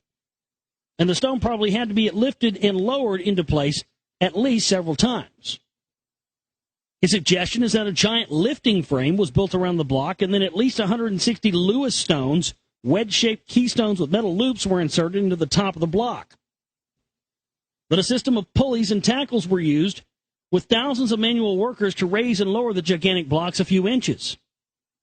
Raggett makes no suggestion as to why the Romans or anyone else would go to such immense trouble, attempting a virtually impossible engineering feat in order to lay the foundation of a temple to Jupiter. If they had cut the stone into, say, 100 pieces, they would still be of unusually large size, larger than a man, but at least could have been stacked into a wall much more easily. One is left with the unsettling thought that the reason that they used these huge stones is because they could use them. Right, because they were giants. And do it relatively easy, though today we have no idea how. Because they were men of great stature, men of renown. Raggett makes one final interesting comment on Baalbek. The real mystery of Baalbek is the total absence of written records on its construction. Which emperor would not have wanted to share the fame of this creation? Which architect would not have thought proudly of inscribing his name into one of the countless blocks of stone? Aha! That's how we know it was our Amorite buddies. They were a nomadic people who had no allegiance to anybody. That's why they were the original builders. They went around just building just 'cause to leave their mark through the gematria and the mathematics that way. Yet nobody lays claim to the temples if it is a Helopian Jupiter alone that takes all the credit. So we're going to stop right there. Our next chapter we'll pick up back next time is the Osirian remnants in Egypt. Let's get into David Hatcher Childress's Technology of the Gods. Osirian remains in Egypt. Other vestiges of Osiris still exist in the eastern Mediterranean. The foundation ashlars of the Wailing Wall at Jerusalem are also gigantic blocks said to be similar to those at Baalbek. Megalithic ruins found underwater at Alexandria, Egypt, are also believed to predate the dynastic Egypt of the pharaohs. It is from these legends of Osiris and the many tombs of Osiris that we get the name for this lost civilization from the time of Atlantis. The submerged megalithic ruins at Alexandria are another clue to ancient Osiris. Alexandria is not really an Egyptian city, it is Greek. As one might easily guess, Alexandria is named after Alexander the Great, the Macedonian king who first conquered the city-states of Greece in the 3rd century BC and then set out to conquer the rest of the world, starting with Persia. Persia was Egypt's traditional enemy, and so Egypt fell willingly into Alexander's hands. He went to Memphis near modern-day Cairo and then descended the Nile to the small Egyptian town of Rhakotis. Here he ordered his architects to build a great port city in what was to be Alexandria. Alexander then went to the temple of Ammon in the Siwa oasis, where he was hailed as the reincarnation of a god, which is to say, some great figure from ancient Osiris or Atlantis. Which god, we do not know. He hurried on to conquer the rest of Persia and then India. 8 years after leaving Alexandria, he returned to it in a coffin. He never saw the city, though his bones are said to rest there to this day, though no one has ever found the tomb. Of all the mysteries of Alexandria, however, none is more intriguing than the megalithic ruins which lie to the west of the Pharaoh's lighthouse near the promontory of Ras el-Tin. Discovered at the turn of the last century by French archaeologist M. Jondet and discussed in his paper Les Portes Submerges les Déonis the ancient Isle des Pharaohs. Oh, sorry, my French is terrible. The prehistoric, my English is not very good either. The prehistoric port is a large section of massive stones that today is completely submerged. Near it was the legendary Temple of Poseidon, a building now lost but known to us in literature. The Theosophical Society, upon learning of the submerged harbor of megaliths, quickly ascribed it to Atlantis. M. Jonday theorized that it might be part of a Minoan origin or part of a port for Cretan ships. E. M. Forrester theorizes in his excellent Guide to Alexandria that it may be an ancient Egyptian origin built by Ramses II circa 1300 BC. Most of it lies in 4 to 25 feet of water and stretches for 70 yards from east to west, curving slightly to the south. Probably the true origin of the massive submerged harbor, which was definitely at least partially above water at one time, is a blend of M. Jonday's theory on Minoan builders and the Theosophical Society's belief that it is from Atlantis. In theory, with the Mediterranean slowly filling up with water, the sea would have stabilized after a few hundred years, and then the remnants of the Osirians, using a technology and science similar to that of Atlantis, built what structures and ports they could. Later, in another tectonic shift, the port area, probably used by pre-dynastic Egyptians, was submerged and was then essentially useless. It is interesting to note, with regard to this theory, that a temple to Poseidon was located at the tip of Rasa El-10.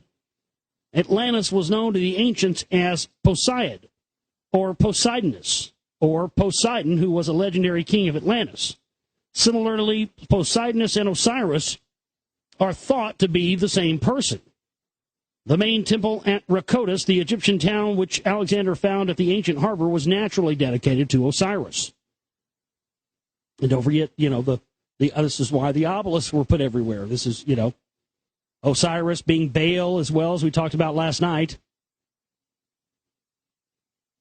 And you know where these ancient Amorites did all their rituals and stuff at? They did them in giant tree groves. Yeah. Yeah, go figure, right?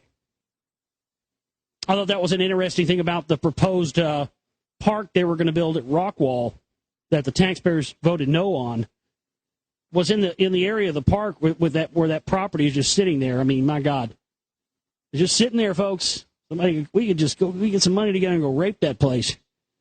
They were going to build a little area to the west of the wall called the Grove. I went, oh man, they were gonna slide that in there, huh? What we are learning about the megalithic masterminds is that their buildings occur all over the world, and many of them are underwater and difficult to reach. Located on the south coast of Brittany, in France, the site of Karnak holds the greatest concentration of megaliths in the world. Conservative estimates claim that megaliths were being erected here by 5000 BC, nearly 7,000 years ago, but they may be much older. The Grand Menhir Brisset at El Gras, Brittany, is said to be the largest menhir in the world and is situated on a promontory near the water. The problems of moving such a huge stone are illustrated in an article published in the Journal for the History of Astronomy entitled "The Astronomical Significance of the Large Karnak Menhirs." The astronomers Mr. and Mrs. Tom maintain that the megalith was a lunar sighting stone. They write, "Ergra, the stone of the fairies, sometimes known as Le Grand Menhir Brisset, is now broken into 4 pieces, which when measured show that the total length must have been at least 67 feet. From its cubic content, it is estimated to weigh over 340 tons. Hulle thinks it came from the Côte Sauvage on the west coast of the Quiberon Peninsula. His suggestion that it was brought round by sea takes no account of the fact that the sea level relative to this coast was definitely lower in megalithic times. Neither does he take account of the fact that a raft of solid timber about 100 by 50 by 4 feet would be necessary with the menhir submerged. It is not clear how such a raft could be controlled or indeed moved in the tidal waters around the peninsula.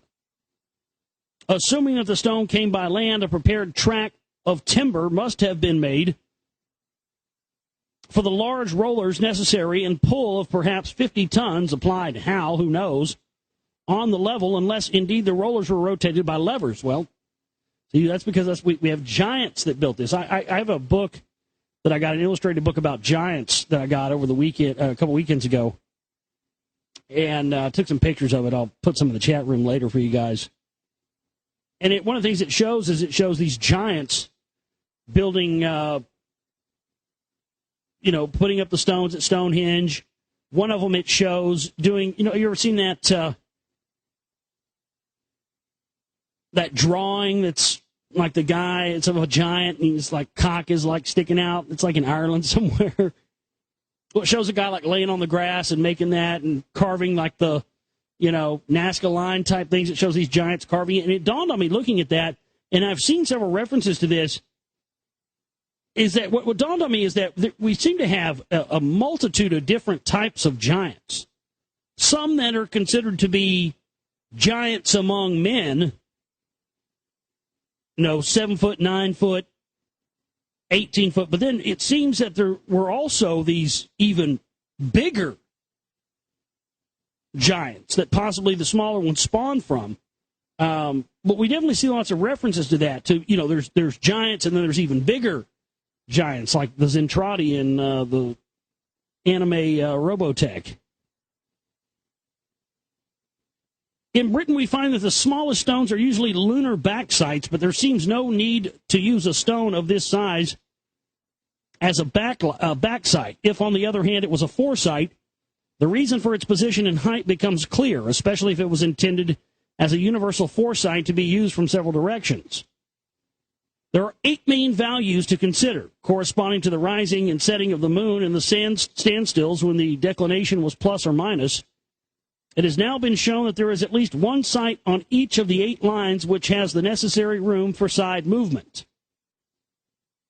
We must now try to think of how a position was found for Er Gra, which would have satisfied the requirements. Increasingly careful observations of the moon had probably been made for hundreds of years. These would have revealed unexplained anomalies due to variations in parallax and refraction. And so it may have been considered necessary to observe at the major and minor standstills at both rising and setting. At each standstill, there were 10 or 12 lunations, with the monthly declination maximum and minimum could be used. At each maximum or minimum, parties would be out at all possible places trying to see the moon rise or set behind high trial poles. At night, these poles would have needed torches at the tops because any other marks would not be visible until actually silhouetted on the moon's disk. Meantime, some earlier existing observatories must have been in use so that erectors could be kept informed about the kind of maximum which was being observed. They would need to know the state of the perturbation. Then there would ensue the 9 years of waiting till the next standstill when the other 4 sites were being sought. The magnitude of the task was enhanced by the decision to make the same foresight serve both standstills. We can understand why this was considered necessary when we think of the decades of work involved in cutting, shaping, transporting, and erecting one suitable foresight. It is evident that whereas some of the sites, such as Quiberon, used the top of the foresight of Er Gra, others, such as Quran, used the lower portion. This probably militated against the use of a mound with a smaller menhir on the top. Much has rightly been written about the labor of putting Er Gra in position, but a full consideration of the labor of finding the site shows that this may have been a comparable task. We now know that for a stone 60 feet high, the siting is perfect.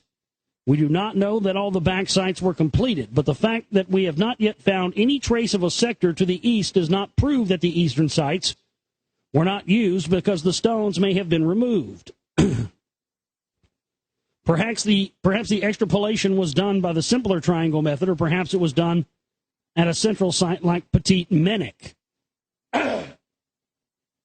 Francis Hitching in Earth Magic also agrees that this was a central sighting megalith for sighting moonrises and moonsets. Yeah, they were getting fucking moon batty, weren't they? Much of this gigantic astronomical observatory is probably underwater.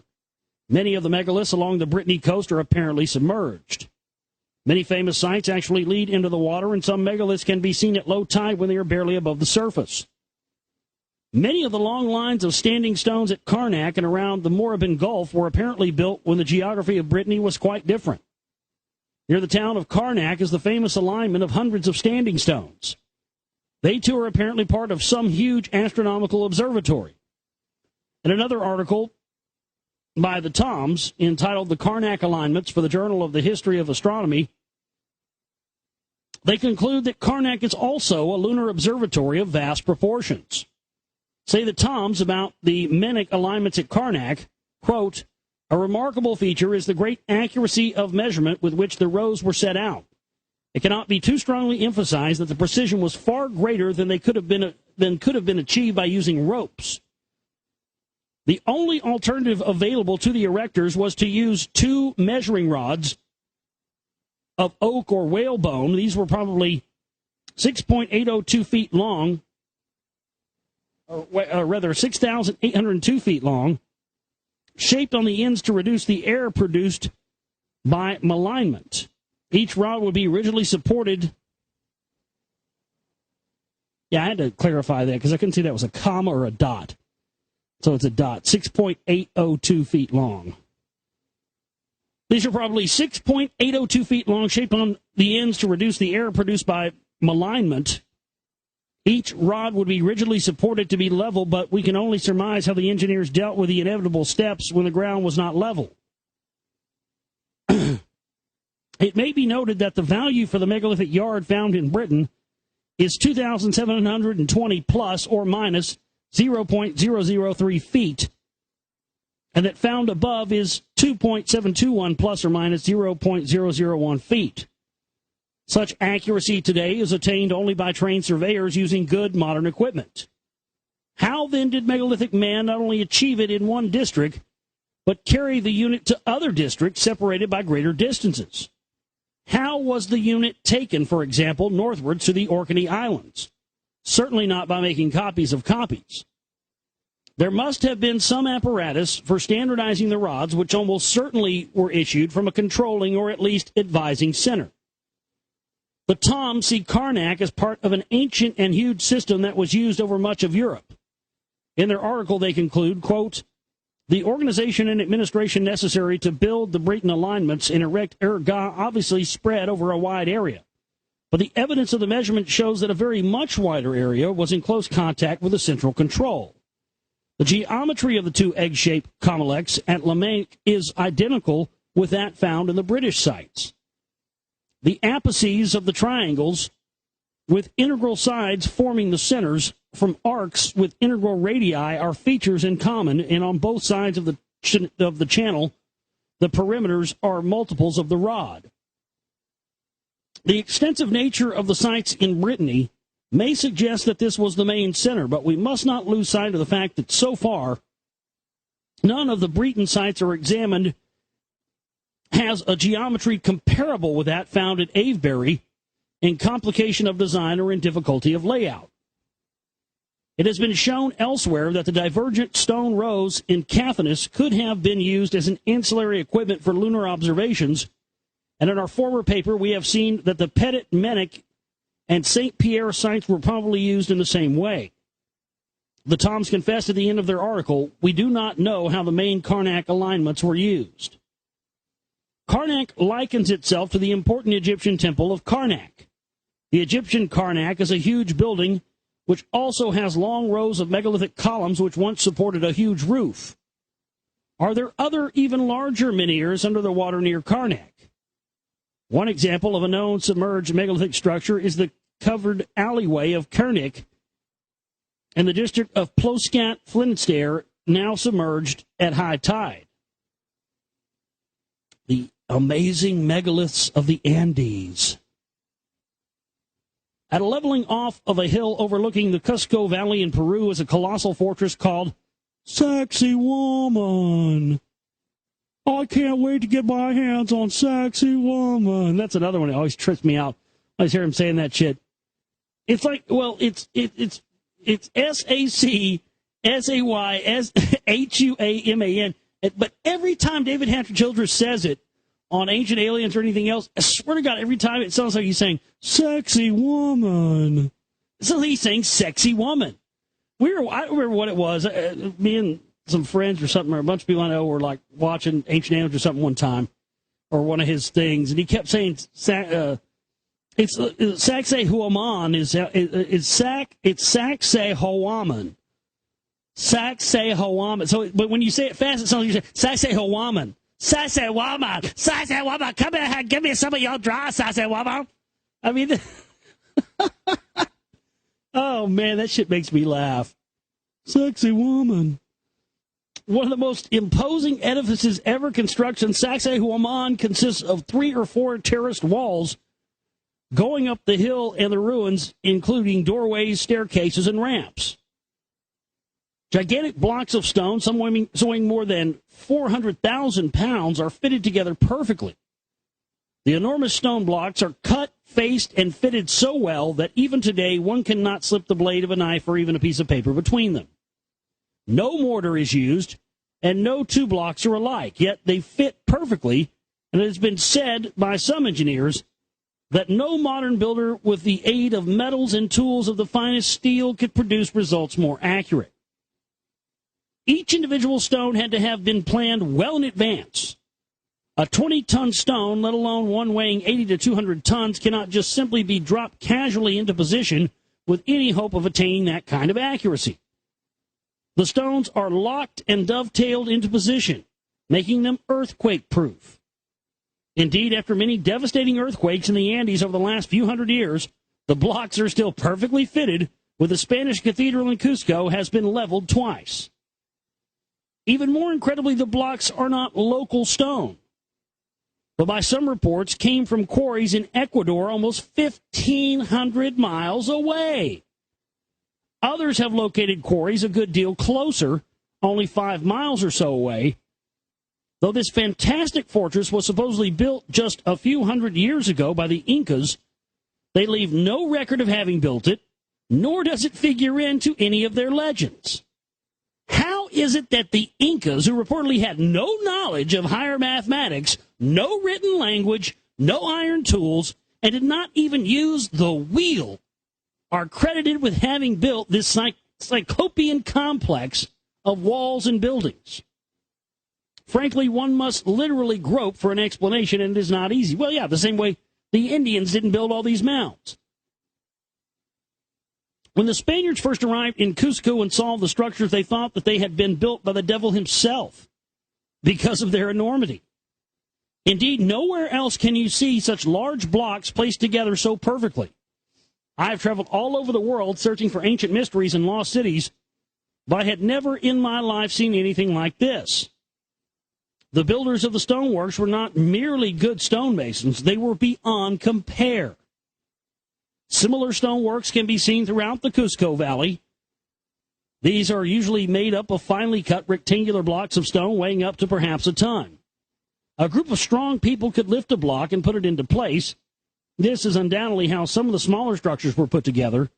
But in Sacsayhuaman, Cusco, and other ancient Inca cities, one can see gigantic blocks cut with 30 or more angles on each one. The strange ruins of the Necromitana in northern Greece, which look identical to ruins around Cusco. At the time of the Spanish conquest, Cusco was at its peak with perhaps 100,000 Inca subjects living in the ancient city. The fortress of Sacsayhuaman could hold the entire population within its walls in case of war or natural catastrophe. Some historians have stated that the fortress was built a few years before the Spanish invasion, and that the Incas take credit for the structure, but the Incas could not recall exactly how or when it was built. Only one early account survives of the hauling of these stones. Found in Gracilico de la Vega's The Incas, his commentaries, Gracilico tells of one monstrous stone brought to Sacsayhuaman from beyond Olambe Tambo, a distance of almost 45 miles. The Indians say that owing to the great labor of being brought on its way, the stone became weary and wept tears of blood because it could not attain to a place in the edifice. The historical reality is reported by the Amitas, the philosophers and doctors of the Incas who used to tell about it. They say that more than 20,000 Indians brought the stone to the site, dragging it with huge ropes. The route over which they brought the stone was very rough. There were many high hills to ascend and descend. About half the Indians pulled the stone by means of rope placed in front. The other half held the stone from the rear due to fears that the stone might break loose and roll down the mountains into a ravine from which it could not be removed.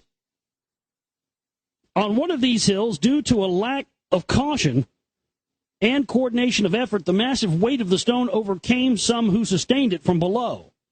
The stone rolled right down the hillside, killing 3,000 or 4,000 Indians who had been guiding it. Despite this misfortune, they succeeded in raising it up again.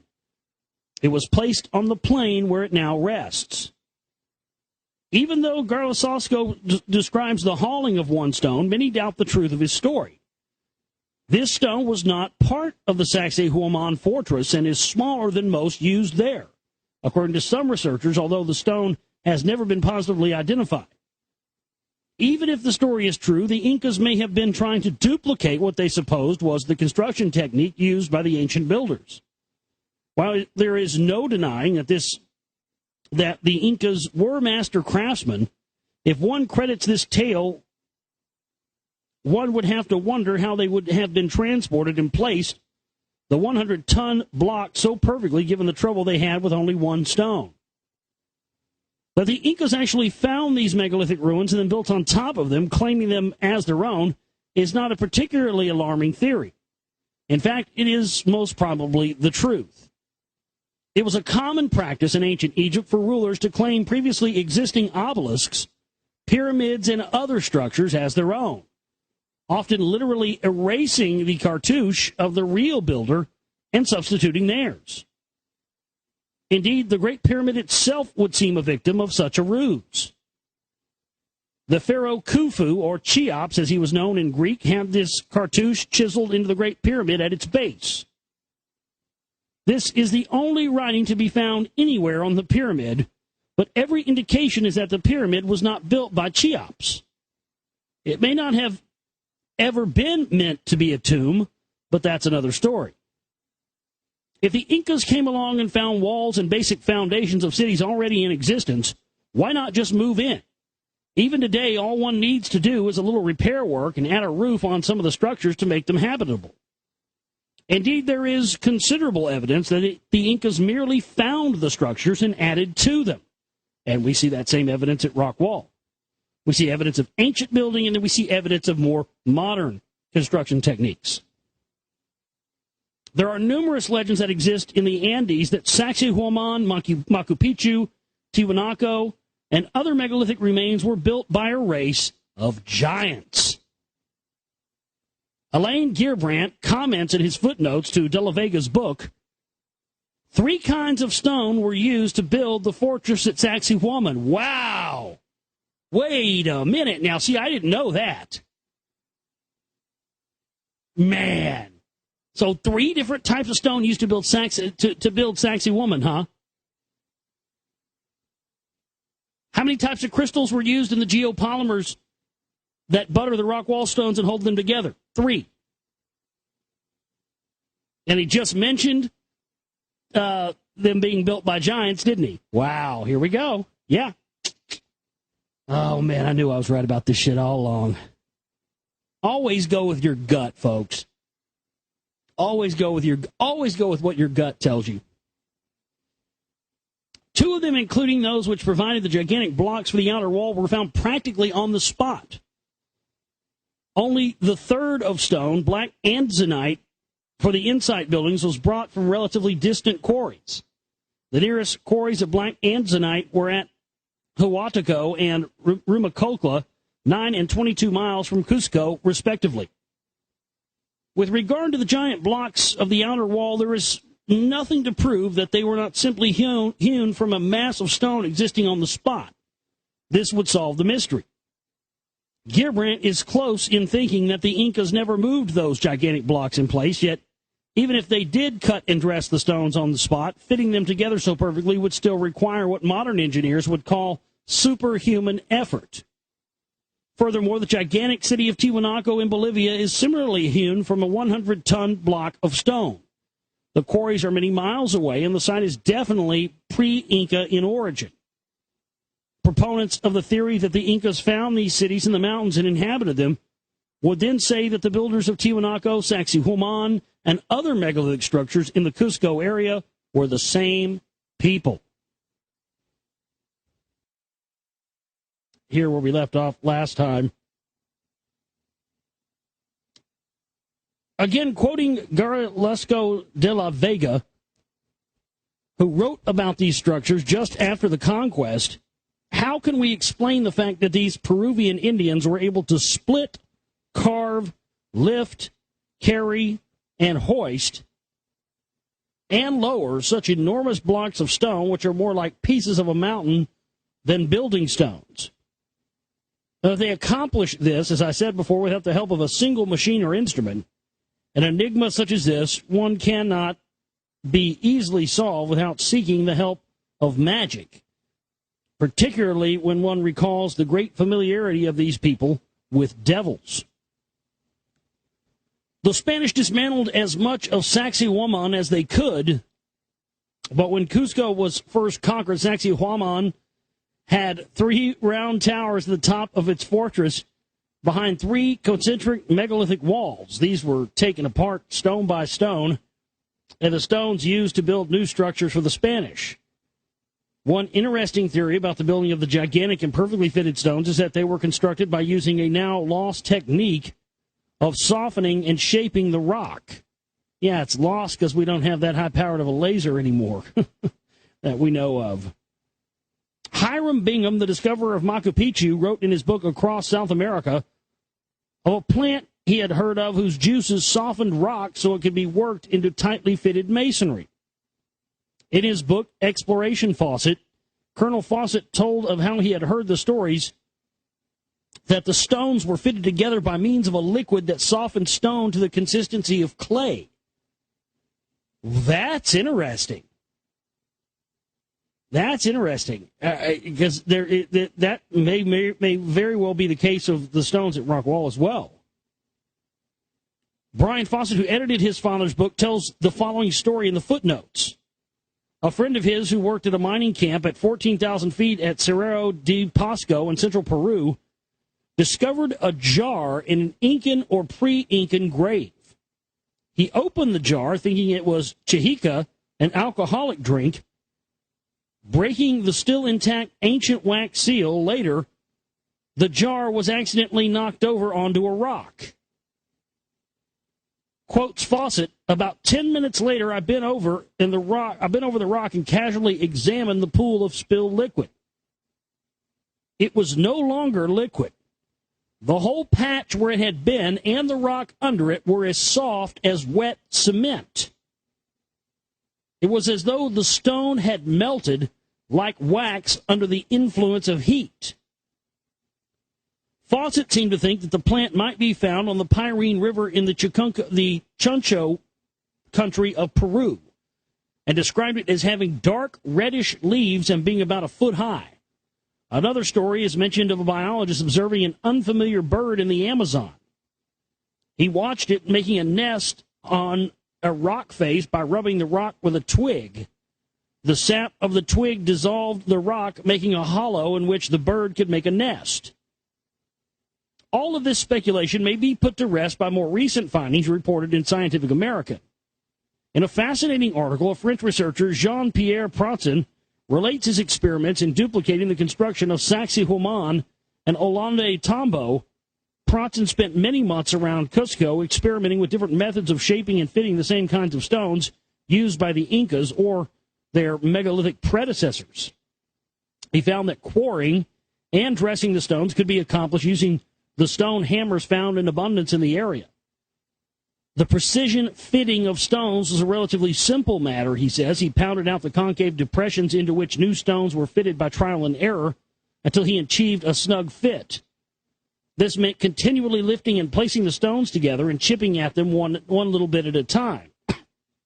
This process is very time-consuming, but it's simple and it works. Yet even for Protzen, some mysteries remain. He was not able to figure out how the builders handled the larger stones. The fitting process necessitated the repeated lowering and raising of the stone being fitted, with trial and error pounding in between. He does not know just how 100-ton stones were manipulated at this stage, and some stones were actually far heavier. Well, if you've got giants doing the work, it makes a lot more sense, doesn't it? According to Protzen, to transport the stones from the quarries, special access roads and ramps were built. Many of the stones were dragged over gravel-covered roads, which in his theory gave the stones their polished surfaces. The largest stone at Olante Tombo weighs about 150 tons. It could have been pulled up a ramp with a force of about 260,000 pounds, he says. Such a feat would have required a minimum of 2,400 men. Getting the men seemed possible, but where did they all stand? Protzen says the ramps were only 8 meters wide at most. Further perplexing Protzen is that the stones of Saxe-Huaman were finely dressed, yet are not polished, showing no signs of dragging. He could not figure out how they were transported the 22 miles from the Rumbacola quarry. Protzen's article reflects good research and points out that modern science still cannot explain or duplicate the building feats found at both Saxe-Huaman and Olante Tombo. Continually lifting and chipping away at 100-ton stone block to make it fit perfectly is just too great of an engineering task to have been practical. Protzen's theory would work well on the smaller, precisely square, later construction, but fails with the older megalithic construction beneath. That's interesting, because that's the same thing that several people involved with the rock wall dig back in the late 90s were at odds about, which led to the speculation that it was part artificial, part natural. But I don't believe that. I believe it from what I've seen that you have indeed two different types of building structures, one that was done much later using different types of technology and that were available in building materials that were made much later. Because, in fact, the very top of the rock wall, which is exposed in some parts, there are some parts of it that I know of, where I know where they're at, by the way, where part of the wall is exposed, and the very top of it is this concrete mortar material, which represents a much later building thing. But one of the spots, it's funny, one of the spots where it's exposed, or part of the rock wall is exposed, they've thrown a bunch of modern road equipment and stuff, because they cut a road right through the top of this thing a couple years ago. And they've thrown a bunch of road construction stuff on top of this exposed part of the wall, so it just looks like it's just a slab of concrete that was just there for construction. But why would a slab of concrete be behind somebody's fenced property that's a game reserve? It's not. It's just there for a decoy. I've 100% determined that it's the top of the wall because I've lined it up on my maps. So that's very, very interesting that, in some of these ancient sites you see evidence of multiple builders, and that's been the thing that stuck out like a sore thumb for me about the rock wall thing all along. That's interesting. I did not know that had been found in other spots. Wow. Perhaps the theories of levitation and softening stones cannot be discarded yet. One last intriguing observation, which Protzen makes, is that the cutting marks found on some of the stones are very similar to those found on the pyramidion of an unfinished obelisk at Aswan in Egypt. Is this a coincidence, or was there an ancient civilization with links to both sites? Yes, we know who those fuckers were. These ancient Phoenician, Canaanite Amorites. The world's largest computer. The magnificent monument in England called Stonehenge sits alone on the Salisbury Plain, flanked by a parking lot and a gift shop for tourists. It is famous for its large stones and curious architecture, a circle of massive, well-cut stones. In 1964, the British astronomer Gerald S. Hawkins first published his now famous treatise on Stonehenge as an astronomical computer. His article entitled Stonehenge, a Neolithic Computer, appeared in issue 202 of the prestigious British journal Nature. In 1965, Hawkins' famous book Stonehenge Decoded was published. Hawkins upset the archaeological world by claiming that the megalithic site was not just a circular temple erected by some egocentric kings, but rather a sophisticated computer for observing the heavens. He begins his Nature article with a quote from Diodorus on prehistoric Britain from his History of the Ancient World, written about 50 B.C. The moon, as viewed from the island, appears to be but a little distance from the earth, and to have on it prominences like those that are on earth, which are visible to the eye. And I've looked at close-ups of the moon with my camera and stuff before, and through telescopes, and I'll be goddamned if it just didn't look to me like there's cities down there. There has been cities there for a long time. I have to agree with that. But then you say that to somebody, oh, you're crazy, you're crazy. Okay. I mean, there's been people for thousands of years saying that same thing. Obviously, everybody that's ever said that can't be crazy. The account is also given that a god visits the island every 19 years, the period in which the return of the stars to the same place in the heavens is accomplished.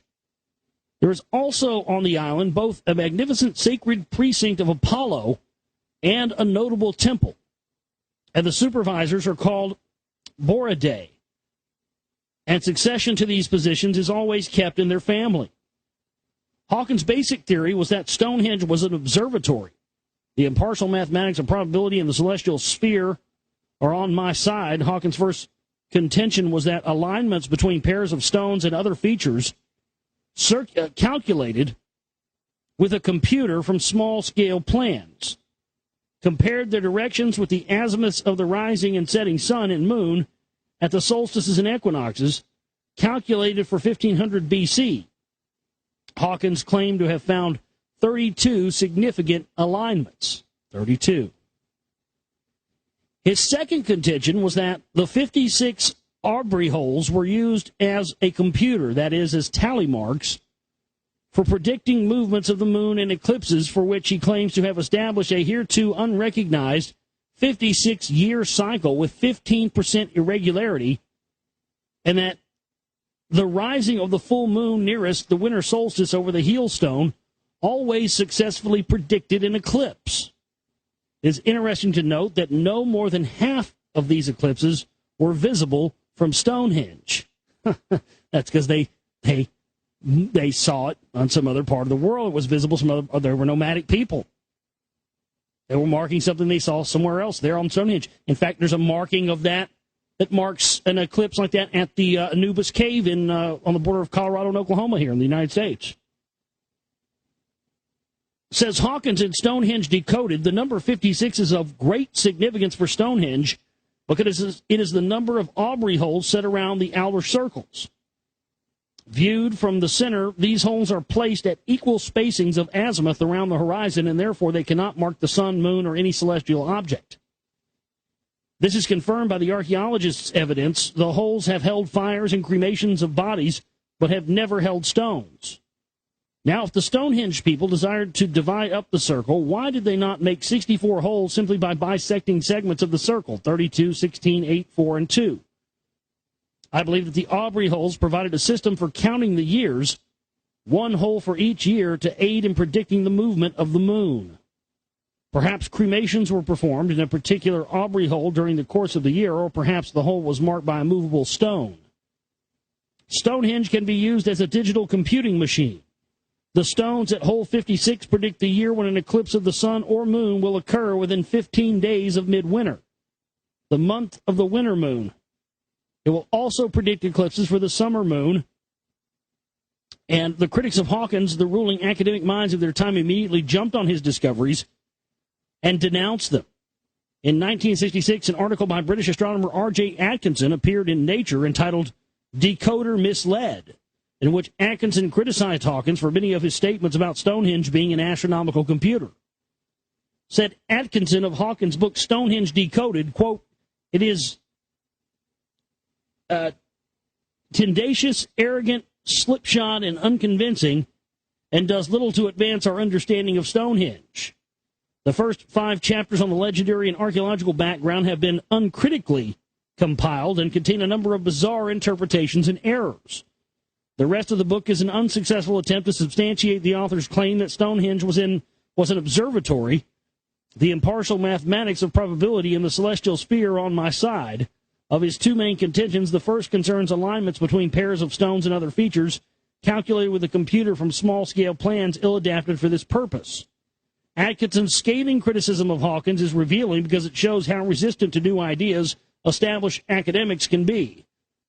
Atkinson's reluctance to believe that Stonehenge was some sort of astronomical computer is probably largely due to the popular belief that ancient man simply didn't have a state of civilization that allowed him to pursue such topics of higher knowledge. Right, so where did it come from? But these critics are heard from no more. And there seems to be little doubt, even to the most conservative archaeologists, that Stonehenge is some sort of astronomical temple. There are a number of simple astronomical truths that can be discerned from Stonehenge. For instance, there are 29.53 days between full moons, and there are 29.5 monoliths in the outer Sarsen circle.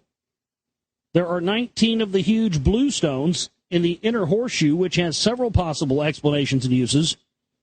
There are nearly 19 years between the extreme rising and setting points of the moon. Also, if a half moon occurs on a particular day of the year, say on the summer solstice, it is 19 years before another full moon occurs on the same day of that year. Finally, there are 19 eclipse years, or 223 full moons, between similar eclipses. And such an eclipse that occurs when the sun, moon, and earth return to their same relative positions. Other planets' positions may vary in even larger cycles. It is also suggested that the 5 large trilithon archways represent the 5 planets visible to the naked eye: Mercury, Venus, Mars, Jupiter, and Saturn. The British writer on antiquities, John Ivimy, makes a stirring suggestion at the end of his popular book on Stonehenge, The Sphinx and the Megaliths. He spends the bulk of the book trying to prove his thesis that Stonehenge was built by a group of adventurous Egyptians who were sent to the British Isles to establish a series of astronomical sites at higher latitudes in order to accurately predict solar eclipses, which the observatories in Egypt could not do because they were too close to the equator. If Ivimy gives such evidence as the megalithic construction, keystone cuts, and the gigantic blocks of stone, the obvious astronomical purpose, and most of all, the use of a numbering system that is based on the number 6 rather than the number 10 as we use today. That's the key right there to it being the Amorites, that it's based on that 6 number. They found a codex either in Michigan or Ohio or somewhere that shows this pattern, and oftentimes it does add up to 666. 666 is in a lot of these ancient mound sites. The number is there. It's this gematria building code that these Amorites had. Ivimy shows that the Egyptians used a numbering system based on the number 6 and that Stonehenge was built using the same system. He then suggests that the Mormons used a number system based on 6 when building their temples, especially the Great Temple in Salt Lake City. Yeah. And you know what else is in Utah, right? Seco Canyon, where those big drawings of these, big giant alien people are in the caves at Seco Canyon. They found that writing there. It's similar to what they found in the Palace of Sheba in Yemen, where the Ark of the Covenant supposedly is. And they found those spiral megaliths there at Seco Canyon, Utah, as well. And, the Mormons always have this thing of, they're supposed to keep 2 weeks of food on hand at all times in case there's, an event or something happens. That's like one of the rules. So if there is something to the idea that wherever these spiral petroglyphs are located are safe zones, which many people believe that to be the case, this would be the reason why the Mormons set up shop in Utah. They know it's some sort of safe zone in the event of a cataclysm. And there again, they're using the Amorite codex in their building of their temples. And of course, If you've ever seen the big temple at Salt Lake City, the Mormon temple, it's got pentagrams all over it. In the end, Evimi's thesis is quite controversial. He believes that Brigham Young and the original Mormon settlers in Utah are the reincarnation of the same Egyptian group of settlers who were sent to Britain to build Stonehenge. Yeah, that's bullshit. No, it's because these, wherever it was that they got their information from, if it came from these golden plates or whatever, it came from this same source that these Amorites got their information from. So that's why it seems like there's some reincarnation. It's because they were drawing their information from the same place, the same source. Says Evimi, reference has already been made to the vast wooden dome built entirely without metal that roofs the Mormon tabernacle. Oh, well, there you go. It's got a giant wooden dome that's built without metal. Just like the dome mounds that these same Amorites used their 6-number building code in when they built them here in Ohio and everywhere in the United States. They built them in Saudi Arabia as well, and it's got the same code, gematria code number in it there. I didn't know that about the dome, though. Yeah, there you go. They've got the Amorite dome in their tabernacle. My God. Hey, somebody said that to me. They were like, if you're right about all this stuff, you're probably going to inadvertently prove this stuff that you're bringing out kind of inadvertently shows that Mormonism is actually maybe right on. I'm like, well, that happens, It's not my intent, but I think that's why could explain why they wanted to keep all this stuff covered up, because that's what they know it's going to do, and they're afraid that if all this knowledge of things like Rockwall and stuff come out, that it can uproot their religious structure of Christianity and Judaism and Islam. And, considering that they do want to tear down existing world religions and supplant it with another one, hell, maybe that's what they're doing. Maybe I was wrong about the Scientology thing. Maybe they're not going to go the Scientology route. Maybe they're going to go the Ancient Aliens Mormon route. Maybe that's what they're gearing us up for with Romney. Better get your magic Mormon underwear ready. I mean, look, the fact of the matter is, there's a reason why people have always said that, well, the story is that Mormonism was spawned from Freemasonry and that it was set up by Joseph Smith as a front to practice Freemasonry in secret. And I've talked to people who have been in the Mormon church who have said, yes, the degrees and everything are just the same as Freemasonry. They do these baptisms of the dead. See, I don't think that's what it is. I don't think it was set up as a front to practice Freemasonry in secret. I think it was the information that they had gotten, wherever they got it from, these plates or some other ancient manuscripts that we don't know about. Because didn't he find those plates in a mound or something like that, an Indian mound? And if this knowledge that we see from these Amorites, we know this came from the same source that eventually spawned Freemasonry, and this is why we have all these Masonic obelisks all over the United States, and Washington Monument and the San Jacinto Monument down by Houston here in Texas. I mean, it just makes total sense. This Amorite information that Joseph Smith based all of Mormonism on seems to be Freemasonic in nature because it's coming from that same source. Man, it makes so much sense now. And, of course, Brigham Young, Joseph Smith, their bloodline goes back to the Levites, which is one of the 12 tribes of Israel, and they were the white priests. That was the original priest class. And, of course, Charles Taze Russell, founder of the Watchtower Society, was also a member of that bloodline as well.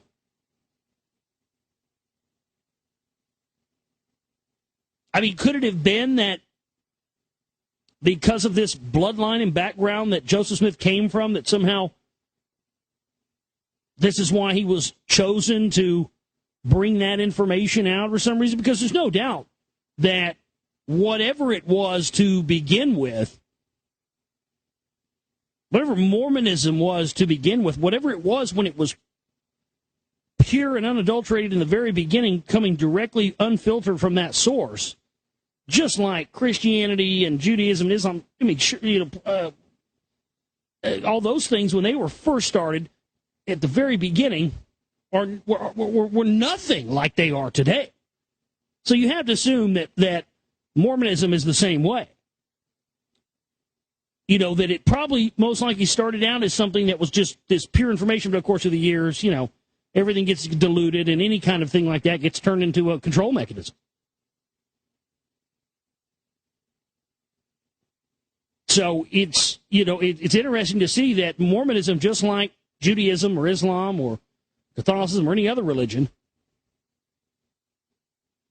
has turned into a mechanism of control and usury instead of whatever its original purpose may have been, which most likely was the transference of information and knowledge down through the generations. But that knowledge can also be used as a double-edged sword and turn into a system of control, which is what all religions are used for to this day, no matter which one it is you're talking about. It is a fascinating idea that the Egyptians came to Britain to build a megalithic observatory to accurately predict lunar eclipses. It is recorded that about 2000 BC, a Chinese emperor put to death his two chief astronomers for failing to predict an eclipse of the sun.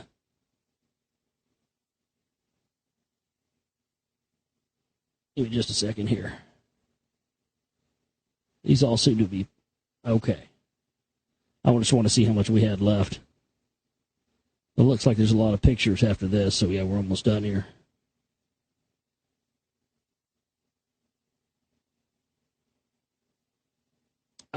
Ask ancient astronaut theorist Raymond Drake, today would any king care? The Egyptians, Chinese, Mayans, and many other ancient cultures were obsessed with eclipses as well as other planetary solar phenomena. It is believed that they associated catastrophes, including the sinking of Atlantis, with planetary movements and eclipses. Booyaka, booyaka.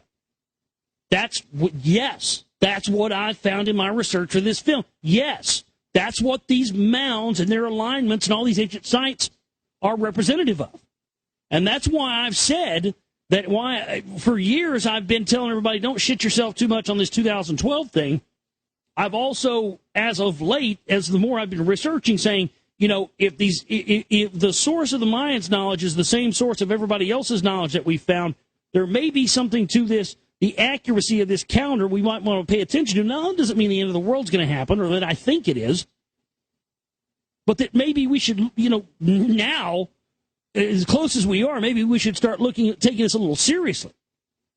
I mean, like I said, I've got a book from the early 1970s that says, there was a Time Life book that said that modern-day supercomputers had only improved on the Mayan calendar by like 2 seconds. Not 2 years, not 2 centuries, not 2 decades, but 2 seconds. Only improved on our modern supercomputers as of the 1970s by 2 seconds. It only improved on it by that much.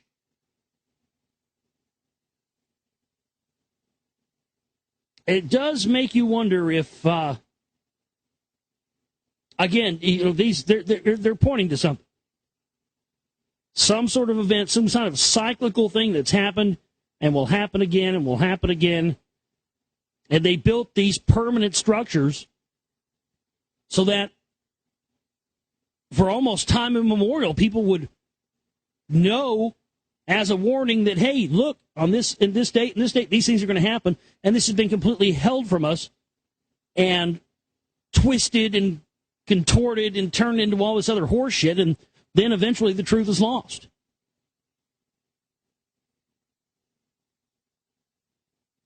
Herodotus writes about ancient Egyptian astronomy and cataclysms in Book 2, Chapter 142. Thus far, the Egyptians and their priests told the story, and they show that there had been 341 generations of men from the first king unto his last, the priest of Hephaestus. Now, in all this time, 11,340 years, They said that the sun had removed from his proper course 4 times and had risen where he now settleth, and set where he now riseth.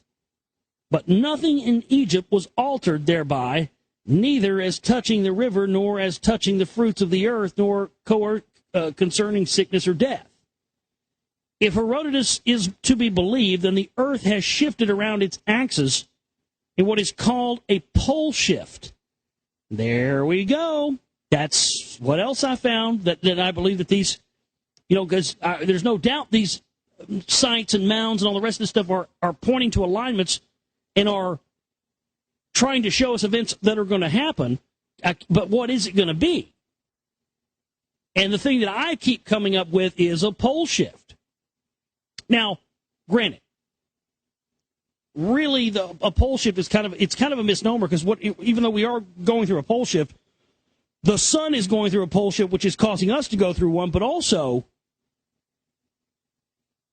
pole shifts can be devastating, but they aren't always devastating. But what is devastating, it can be, is when you have a solar polar shift. When the sun's pole shift, it can throw all kinds of radiation and stuff our way, which very well could be the explanation for these chemtrails and whatnot.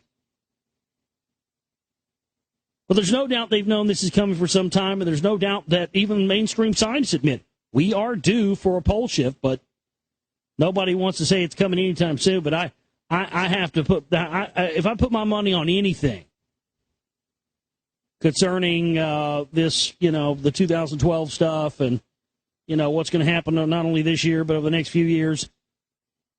For the longest time, and I've tried to find ways to convince me otherwise, but out of all the stuff I've heard, from Nibiru to Locust to the Rapture to all this stuff, the one thing that keeps coming back and keeps presenting itself to me as the most plausible and really where the evidence points is this idea of a pole shift. But you also have to understand, it does not always mean it's going to be catastrophic, but it also is no guarantee that it's not.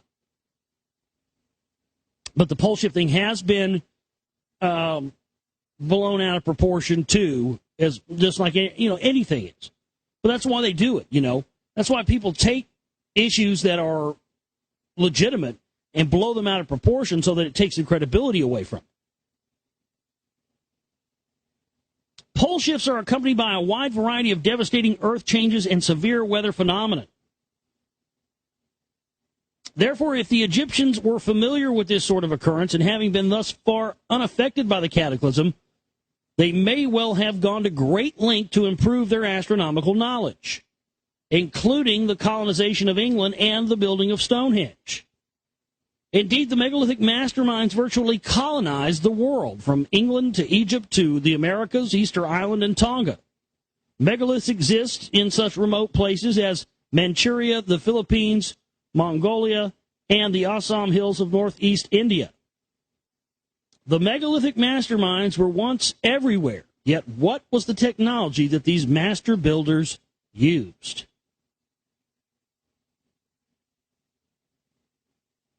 That is the end of Chapter 2. Next time we'll get into Chapter 3, Ancient Metallurgy and Machines.